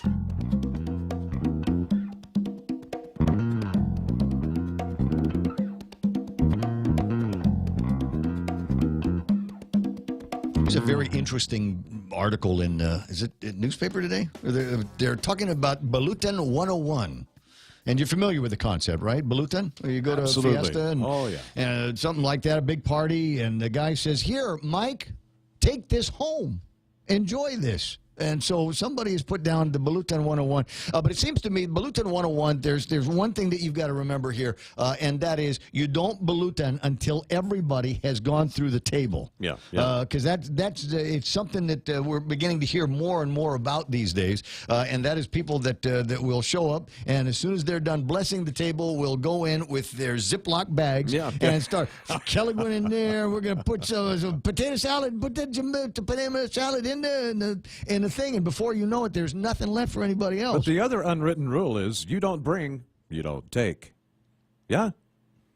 Yeah, I mean, like the last get-together we had, I brought beer, so at least I brought something to contribute. Exactly. So I got to take a little Balutan with me. Had I brought nothing, I leave. It's a radio thing. It's a radio thing, and we always show up with a 6-pack of beer, and we've already got the one out. That's kind of the way we do that. 9:22 in the morning, and welcome to the point. My name is Ray. 888-8255 is the telephone number. If you have got something urgent in your head that you think you might want to get out, it's okay with me. Be happy to talk to you about any number of topics. Although I got a piece of shiny, and I'll feel bad for just a second because I won't be able to play the songs, but somebody in one of my email lists sent me a copy of the Billboard Hot 100 list from March this week in 1977. Shall we just go over the titles here and see if they tickle any hot spots in you? Like I said, March of 1977 at number 10. Fleetwood Mac's Go Your Own Way. How about number 9, Thelma Houston's Don't Leave Me This Way. David Soul. Do you remember David Soul from Starsky and Hutch? He had a big song on the charts, Don't Give Up on Us, Babe. Mary McGovern and Torn Between Two Lovers. It's amazing when I look over this list and see just how ballad heavy it was, because I think there's a lot of people that will ponder the 1970s and specifically that time and go, yeah, it was all, man, that was flame-throwing rock or disco. But like I said, it's amazing. You know, you think about the top 10 and how many ballads have I named just right there and then. Yeah. David Soul's Don't Give Up on Us, Mary McGuire's Torn Between Two Lovers. How about this one? Kenny Nolan's I Like Dreaming. I vaguely remember that song, vaguely, as in, I don't really remember that. You got to go karaoke bar if you want that. Dancing Queen by ABBA. Oh, yeah. Bob Seger's Night Move and Night Moves. And all Bob Seger songs are basically about throwing down in the back seat. Almost, you just think about all your favorite Bob Seger songs, and that's what they're all about. If you think about the lyrics long enough, it'll come to you, and you'll go, you know what, Gibson's right. It's like some of those Elton John songs. They're all about hookers. Yeah. So then you got what number did this end up being? Number 3, Rich Girl by Daryl Hall and John Oates.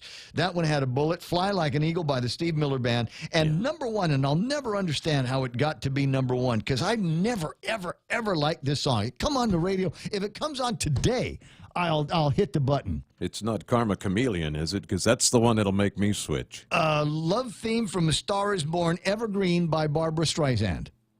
Not a big Barbra fan. You don't have it. Yeah, I have that. Yeah. So it's one of those. Never did. I don't think there might not even be one Barbra Streisand song I like. I'm probably showing my definite lack of class here, but I'm sorry. So that's in my head. Then there's golly, the more I think about some of the decisions that have been made about how we're dealing with the shortage in money around here that, you know, depending on who you talk to, is caused by President Donald Trump and Congress and 8,000 miles away. And you go, okay, yeah, I guess that was a bad thing, and we ought to do something about it. So they got the tax deal over at the legislature, and the governor's sign off, and he's going to send the savings paperwork over the fiscal realignment plan. And I would hope that now that we've gotten to this point where there's a roadmap, we can undo some of the seriously dumb things that we did in the last month or so. Shutting down the Estumbo and the PD fire station. Yeah. Right? Why? And so they shut them down, and there was nobody there. And as is typical around here, when people know that there's no supervisory eyes on something, a bunch of yahoos went in there and had their way with the buildings because there was nobody there. So we'll break some windows. And now the taxpayers are going to have to pay for that. Did some vandalization, trying to steal whatever it was that the guys left behind. So wait. Hold on. Good. Let me ponder this for a moment. Please ponder. We closed the stations to save money, but actually it's going to cost us more.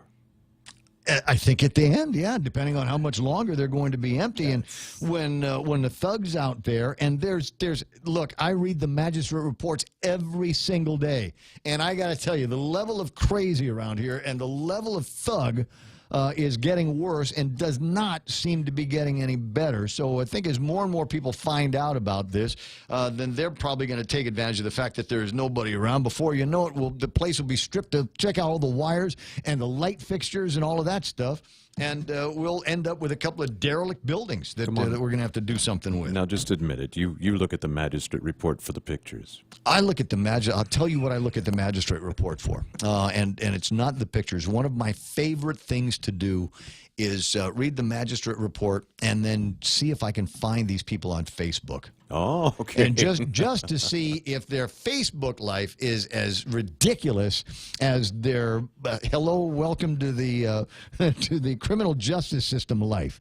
You know, are you as strange in your real life as the things that you were alleged to have done when the police finally got to you? So those are the things that, and so you get into these things where you got boy fighting with girl, a husband fighting with life, or common law fighting with somebody else, and every once in a while you'll see them on Facebook and go, oh yeah, that was just a matter of time, babe, before something like that happened. They're just that was, they're you know what in the States it'd be like those white trash people. so it's for me that's part of the excitement. Of course, I also look at the magistrate reports to see if there's anybody I know in those things. I think that's the other interesting thing. I like the names. You know, nowhere else will you find someone getting arrested with the name Renewsit Ethel or something. They have that here. So that is one of the stories that you can find in the Guam Daily Post today. Stumbo and Petey fire stations have been broken into and vandalized less than 2 weeks after they were ordered closed. And I hope JI's got somebody at the Agana precinct.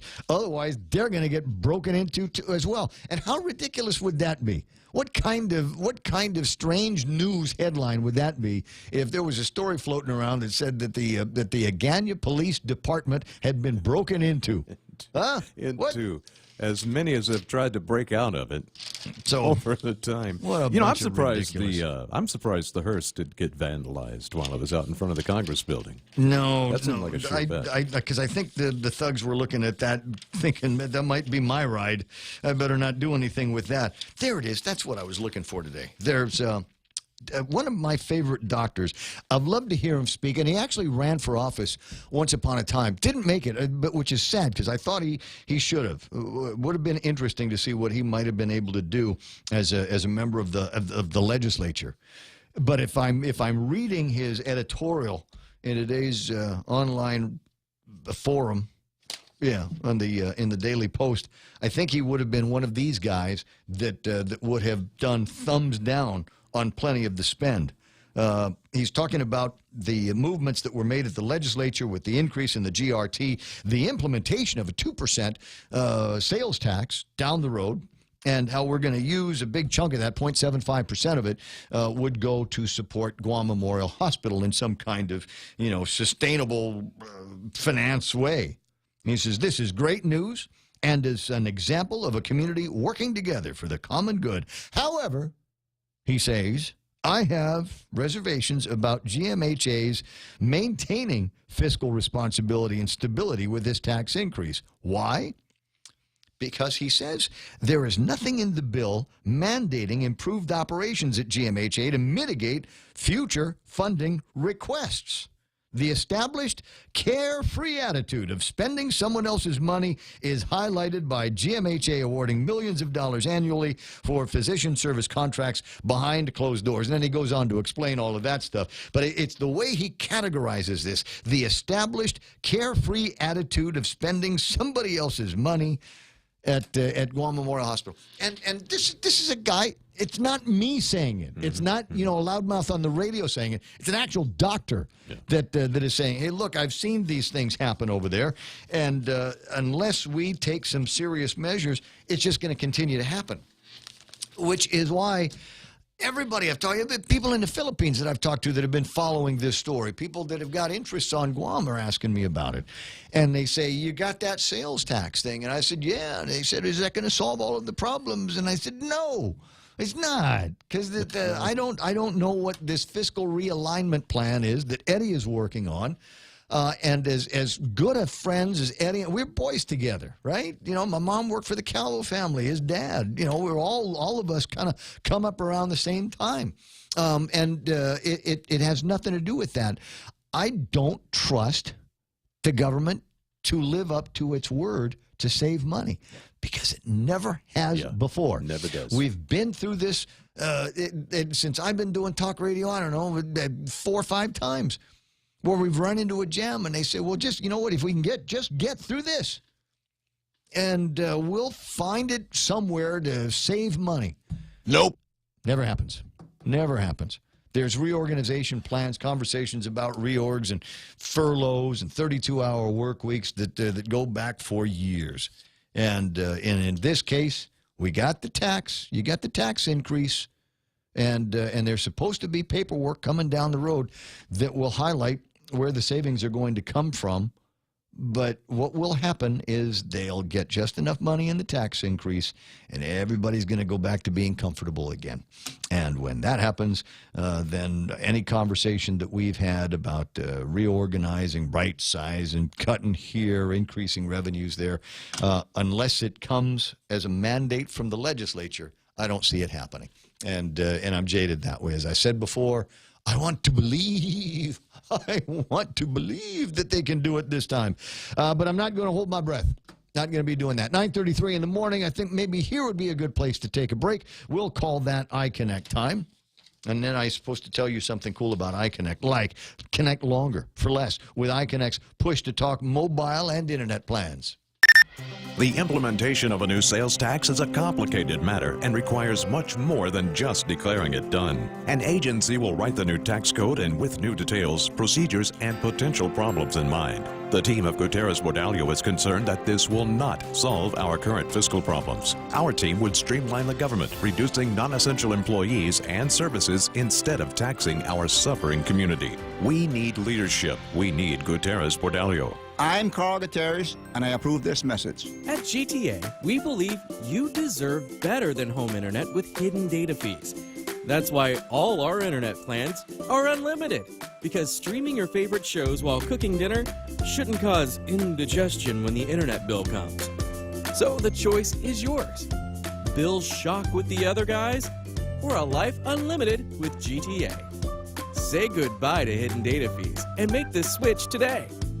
GTA, your island, your network. Family Finance has been serving the people of Guam since 1959, and they'll continue to be there for you in the years to come. Whether you're looking to get a personal loan for that summer vacation or paying off those long overdue bills, Family Finance has got you covered. Apply for a personal loan from $1,000 up to $3,500 by calling Family Finance in Hagåtña at 475-4545, Upper Tuon 647-5626, or in Dededo 633-4473. Family Finance has been serving the people of Guam since 1959. As we journey through the new year, we here at APL continue to find ways to better deliver our island's resources with innovative and cost-effective solutions, lending our helping hands by carrying your freight safely from the U.S. mainland or anywhere in our global network. We humbly honor the opportunities to continue to work and connect with you and your business. We are APL, and we are here for you. Security Title is honored to join in sponsoring Ray Gibson on The Point. Buenas Hafide, Guahusi Claramingloña of Malolo. And this is where I start my day, listening to the voices of our community and sharing thoughts about issues that affect all of us. It all boils down to our people and our land. Protehi itanotmu, protect your land. When it comes to your family land, remember to call the professionals at Security Title, just like you call Ray Gibson in the morning.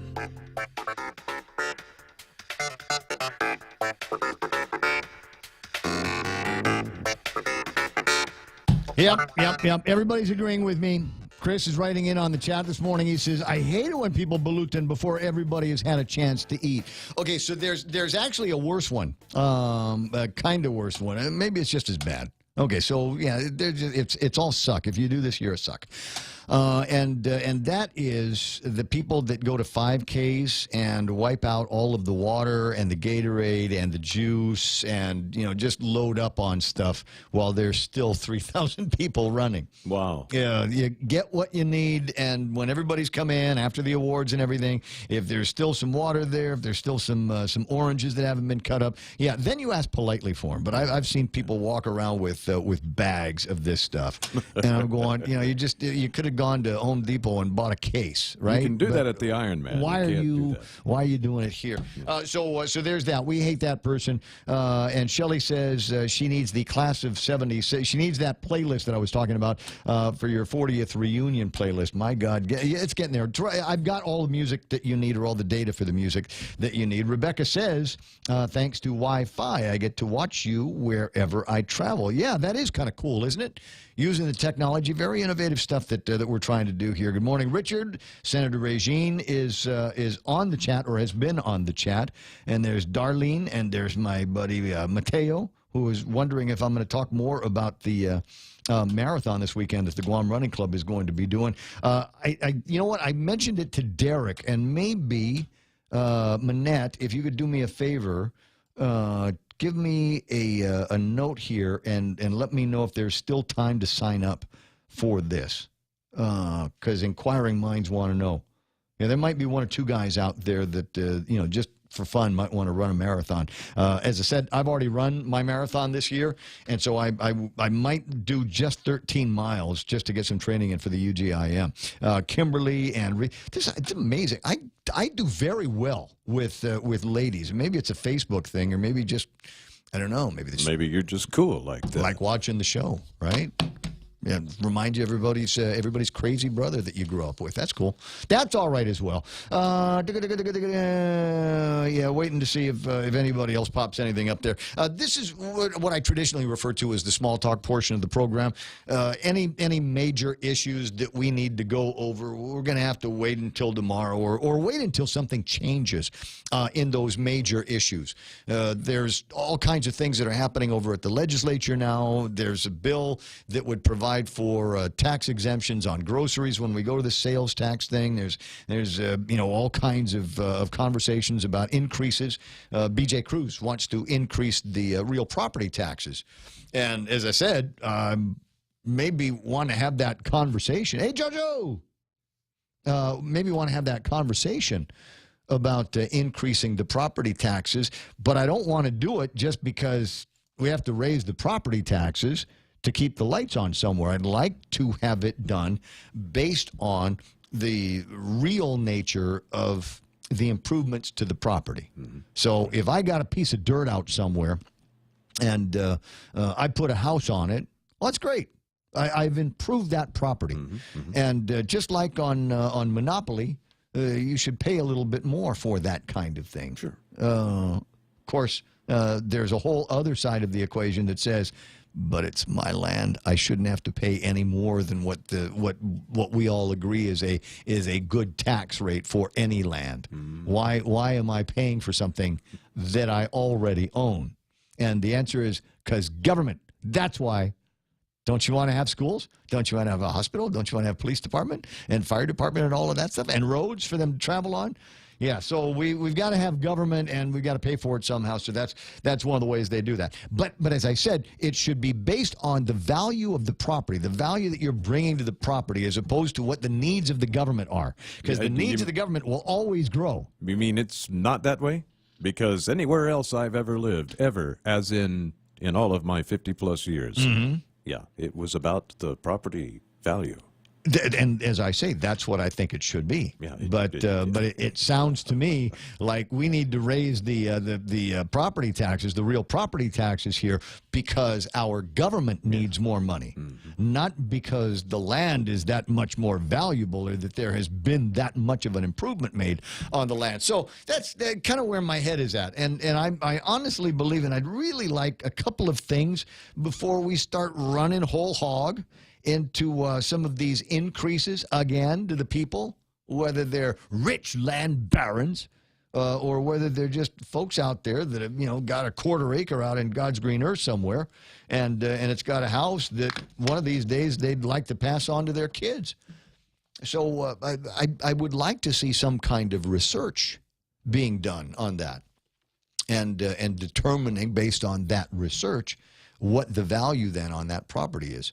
And I think we're supposed to do this about every 5 years. And if we are not going to follow that rule, I think it's statute. But if we're not going to do that, then I think there needs to be, number one, clear justification for it. Besides the government's broken, needs more money. And then the other one is how are we going to, what facts are we going to use to base all of this on? Who's going to go out there? Who's going to conduct the valuations? And then the impact. What is the impact of this going to be? And they have a thing at the legislature where every bill is supposed to go, I want to say, to BBMR. And BBMR looks at it and they do a fiscal report. And in my mind, a fiscal report has to do with the impacts of the implementation of this law on me, the taxpayer. Right. But they don't often look at it like that. Like this is it's gonna cost more for Ray to get a case of beer. It's gonna cost this much more for so and so to be able to make ends meet, or this is gonna put more people on welfare or whatever. We don't get that. What we get is this implementation of this bill will cost this much more for this department or agency to implement. And how they come up with those numbers, I'll never know. If they're there. It says, oh, yeah, this bill here, we put this bill in place, and it won't cost the taxpayer any more money. And I'm going, get out of here. Of course it will. Somebody now is going to have to do that or stop doing something else in order to do that. And that, my friends, is how government goes. So I'd like to see a little bit of that kind of thing before we start talking whole hog about increases in real property taxes. As far as the idea that we're going to be increasing sin taxes, okay, let me tell you about a conversation I had with somebody last week who said, Ray, run for office, would you? And I said, okay, just for the sake of the conversation. And he said, what will you do if you're voted into office? Oh, he encourages you to run and then asks for your platform. Yeah, well, yeah. This Guam style. He said, what would you do? What would your platform be? And I said, my platform would be this. I would take all of these hung up, uptight laws and bills that we've had in the last bunch of years and repeal them all. He's like, what? Bouncing back. He's like which one? And I said, there's one. There was a law out there a few years ago that made it so that you couldn't serve alcohol past 2 o'clock in the morning, right? And I don't know. There's still drunk drivers out there. Did that change anything? No. I like to think that it makes the road safer for me as a runner. But it just takes the crazy off the road. And makes them so that they're crazy on the sidewalks where you are. It's nuts out there some mornings.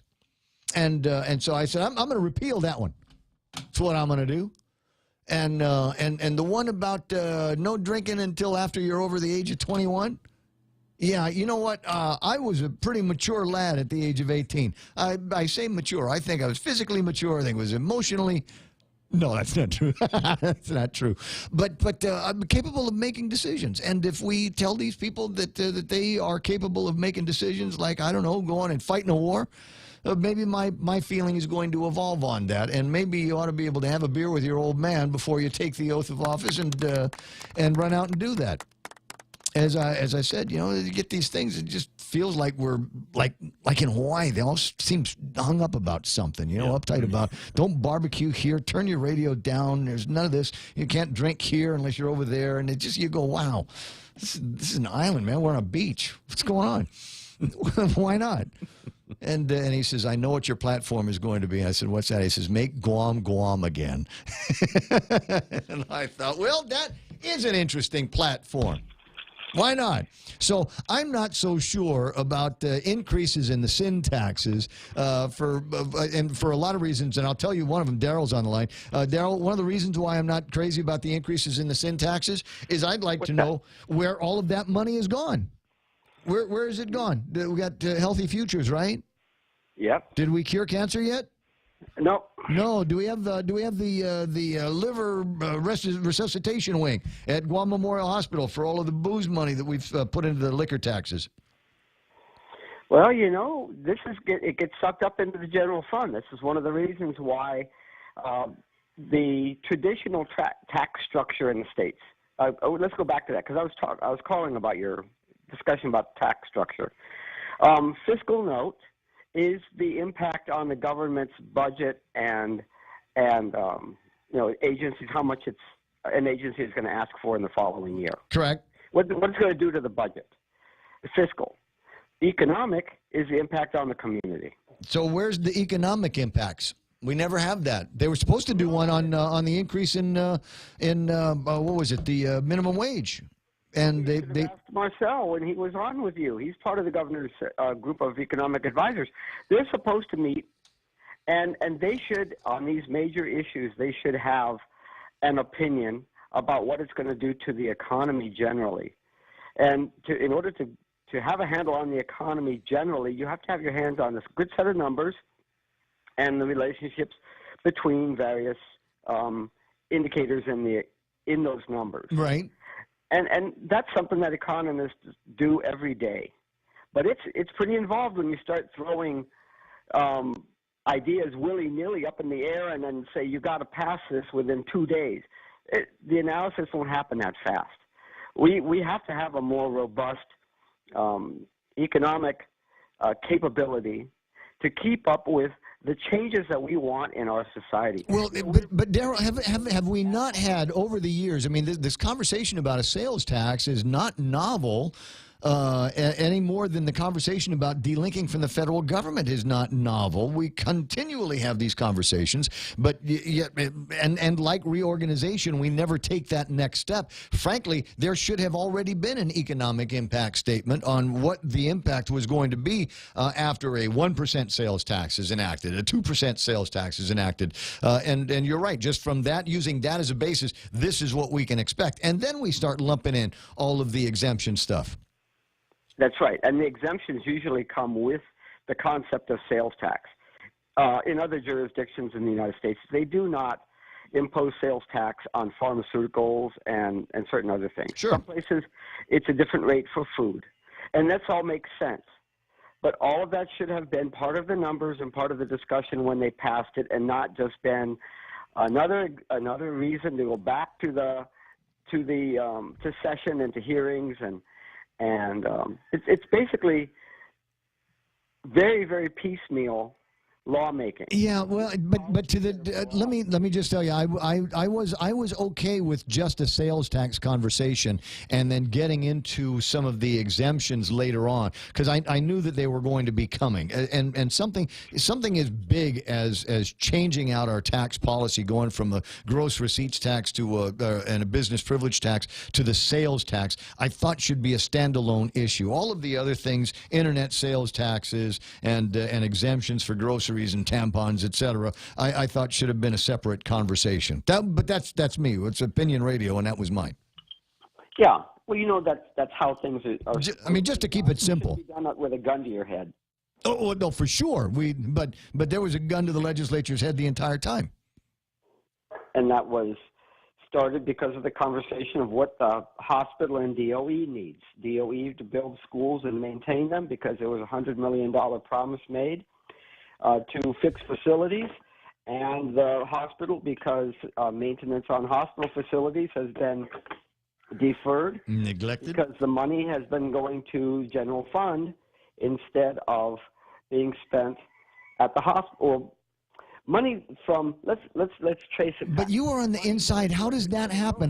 Darrell, how do we go from saying with the best of intentions that this is a lockbox fund and we're going to have this fund separate and it will never commingle with the general fund, and then we come to find out, hey, we had a hard time covering payroll, so they took it out of the Darrell and Ray Gibson Superfund? Actually, they did it during the budget process last year. And they did it so quietly, nobody's noticing. But the legislature has been making the government work by commingling the funds. They can, because they have the power of law to do it. So their law for the budget can override the statutory restrictions on the use of those funds. That's why our highway funds, that's why the liquid fuels tax, which a lot of it is gathered up every time you go to the pump, should be sufficient for our roads, but no, it's funding personnel at the Department of Public Works. Well, I think it's funding some construction at the University of Guam. Well, but it's in the law that the highway funds will be split between education and, let's see. Well, you're right. DPW gets some of that. It keeps the lights on at Government House, doesn't it? But DPW wasn't supposed to be the intended recipient of $12 million a year. It's supposed to, unless it was going to the highway division and it was being put into down in Blacktop and new roads out to new homes. Like the roads that they're crowing about now. That's just $1.8 million. Just think if there was $12 million over the years, wow, each year in local funds to improve our roads. We wouldn't be putting up with horrible roads in places where we should have beautiful roads, like the bridges down in Molesso and the stretch between Malolo and Ipan. For me, ridiculous. For me, it would be new roads. That's what I'd like to see. I mean, we know we've got issues taking care of the old roads, but for me, it would be nice if we had a way that we could punch in some new routes from one side to the other. Bob Kelly and I talking this weekend about the idea of having a road that went from the edge of the cliff line in Tiedzen down to Marine Corps Drive. Can you imagine? There's an old Jeep trail, but they could do that by tunneling underground. Anything. Let's do something. GVB. Let's do something. My goodness, wouldn't it be great if there was another relief valve? It was nice when there was 20,000 cars on Guam, and most of them were Jeeps after the war, but we didn't build any new roads after that. I think if you take a look at the road maps of Guam that existed in 1947, they're arguably the same as they are now. I mean, you and I've been driving with just a few improvements, basically the same roads. Marine Drive looks exactly the same as it did all of those years ago, maybe a little bit wider in a bunch of places, but it hasn't really deviated from that track. The turn where you go up to Route 8 has looked like that since before I was born. And some of the roads are still 2 lane.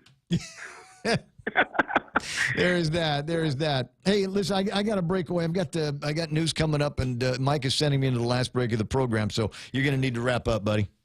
We're going to be talking a lot more about stuff. I've just been taking a break, and you have too. I missed you yesterday. Oh, well, I was out learning new and different things about a place that is interesting to me. We think about some of the economies in the near region and what some opportunities might be for us. And the way the Philippines is growing these days, it's amazing. It is amazing. They got high rises, mid rises that are going up all over the place. That skyway that I was on yesterday, it is punctuated about every mile or so by a new piece of construction, and so there's a lot going on there. And you start going, well, what are the options of bringing in some of those people and some of those businesses and doing some companion stuff around here? What about making Guam again, Ray? What an interesting platform. Hey, we'll talk about it tomorrow. Let's. Okay, I'll see you pretty soon, Daryl. 9:55 in the morning. Daryl Taggarty on the program, and always an interesting guy to talk to, if for no other reason because he's a recovering insider, if you will. I got a break. We'll be right back. Come out for the 4th annual Chucky Run and Fun 5K, 2K, and Flyaway giveaway. Join us Saturday, April 14th at Chuck E. Cheese's Guam. Show at 5:30 and go at 6 a.m. T-shirts, medals, and other cool prizes, refreshments, and indoor activities after the races. Grand prize drawing for all participants is a trip package for 2 to Manila. Register at Chuck E. Cheese's Guam. $8 for students, $12 for adults, and Group of 4 Super Saver for just $35. The 4th annual Chuck E. Run and Fun 5K, 2K, and Flyaway giveaway. See you there. For over 55 years, Community First has served our island as a full-service financial institution. And now, we're proud to introduce the new Community First Student-Run Credit Union, open in Manila on Route 10, Guam's first student-run financial institution, which means it's operated by college students like us, ready to serve all our members, existing and new. We're just down the road from UOG and GCC. Community First Guam Federal Credit Union, now open in Manila. This credit union is federally insured by NCUA. With the pending implementation of a new sales tax, the team of Gutierrez Bordalio is greatly concerned for the people of Guam. The collection of this tax means $160 million a year will come from our already suffering working class and will negatively impact the cost of living for our island families. If given the opportunity, our team would immediately look at restructuring the government to reduce from the top and prioritize critical services. We need a streamlined plan. We need leadership. We need Gutierrez Bordalio. I'm Carl Gutierrez, and I approve this message. Wendy's welcomes the new Smoky Mushroom Bacon Cheeseburger, featuring smoky sautéed portobello mushrooms, melted Asiago cheese, crispy applewood smoked bacon, and crunchy fried onions atop a juicy beef patty. For those craving the same great taste, Wendy's Smoky Mushroom Bacon Potato is also loaded with sautéed portobello mushrooms, cheddar cheese sauce, and crispy applewood smoked bacon. Here, for a limited time, get a delicious Smoky Mushroom Bacon Cheeseburger and Smoky Mushroom Bacon Potato today. Wendy's. Now that's better. We have those moments in our lives that happen unpredictably. The unexpected instances that we did not really need. Now you can count on us to stay well, Papa to live well, Papa to stay well, making sure you stay well. Oh, we'll lift you up when times are low. I'll see how far we'll go, and stay well. Stay Well Insurance. See how far we'll go. It's almost 10 o'clock in the morning, and just back from the Philippines, took the red eye in town and tried as much as I could to sleep, but they put me at row 73. Do you know where row 73 is? That's way in the back in the shaky part. And it's almost the outside of the airplane in the back, and there's always a line of people there that are flushing, and so it was not the best night of sleep I've ever had on an airplane. But got a note from somebody asking me if I was able to make it to Sticky Fingers in Greenbelt. No, I passed by, but they weren't open at the time, so I wasn't able to get there. Great 80s music from particular bands, so that's one of the reasons why I like to go there. I did get to Cafe Havana, and unfortunately, they did not have the gambas fritos, which is, as far as I'm concerned, that's why you go. But they didn't have any of that, so I had some chicharrones, and it reminded me of my friend from Island Chef. Anyway, so a great trip. Happy to be home. Lots to talk about from that, but also lots to talk about that occurred over the weekend, and anything I didn't get to today, we'll get to tomorrow. It's just like that. You're listening to The Point. We are KUSG Hagåtña. Delighted to be with you, with Kevin Kerrigan doing the news and Michael getting the phone when you call at 888-8255. If you're catching the end of the program going, can I watch this again from the beginning? Yeah, this will become video on demand on Facebook, or you can find it in its entirety on YouTube. Get the link at thepoint.gu. Until tomorrow, 6 a.m., this is Ray Gibson saying bye.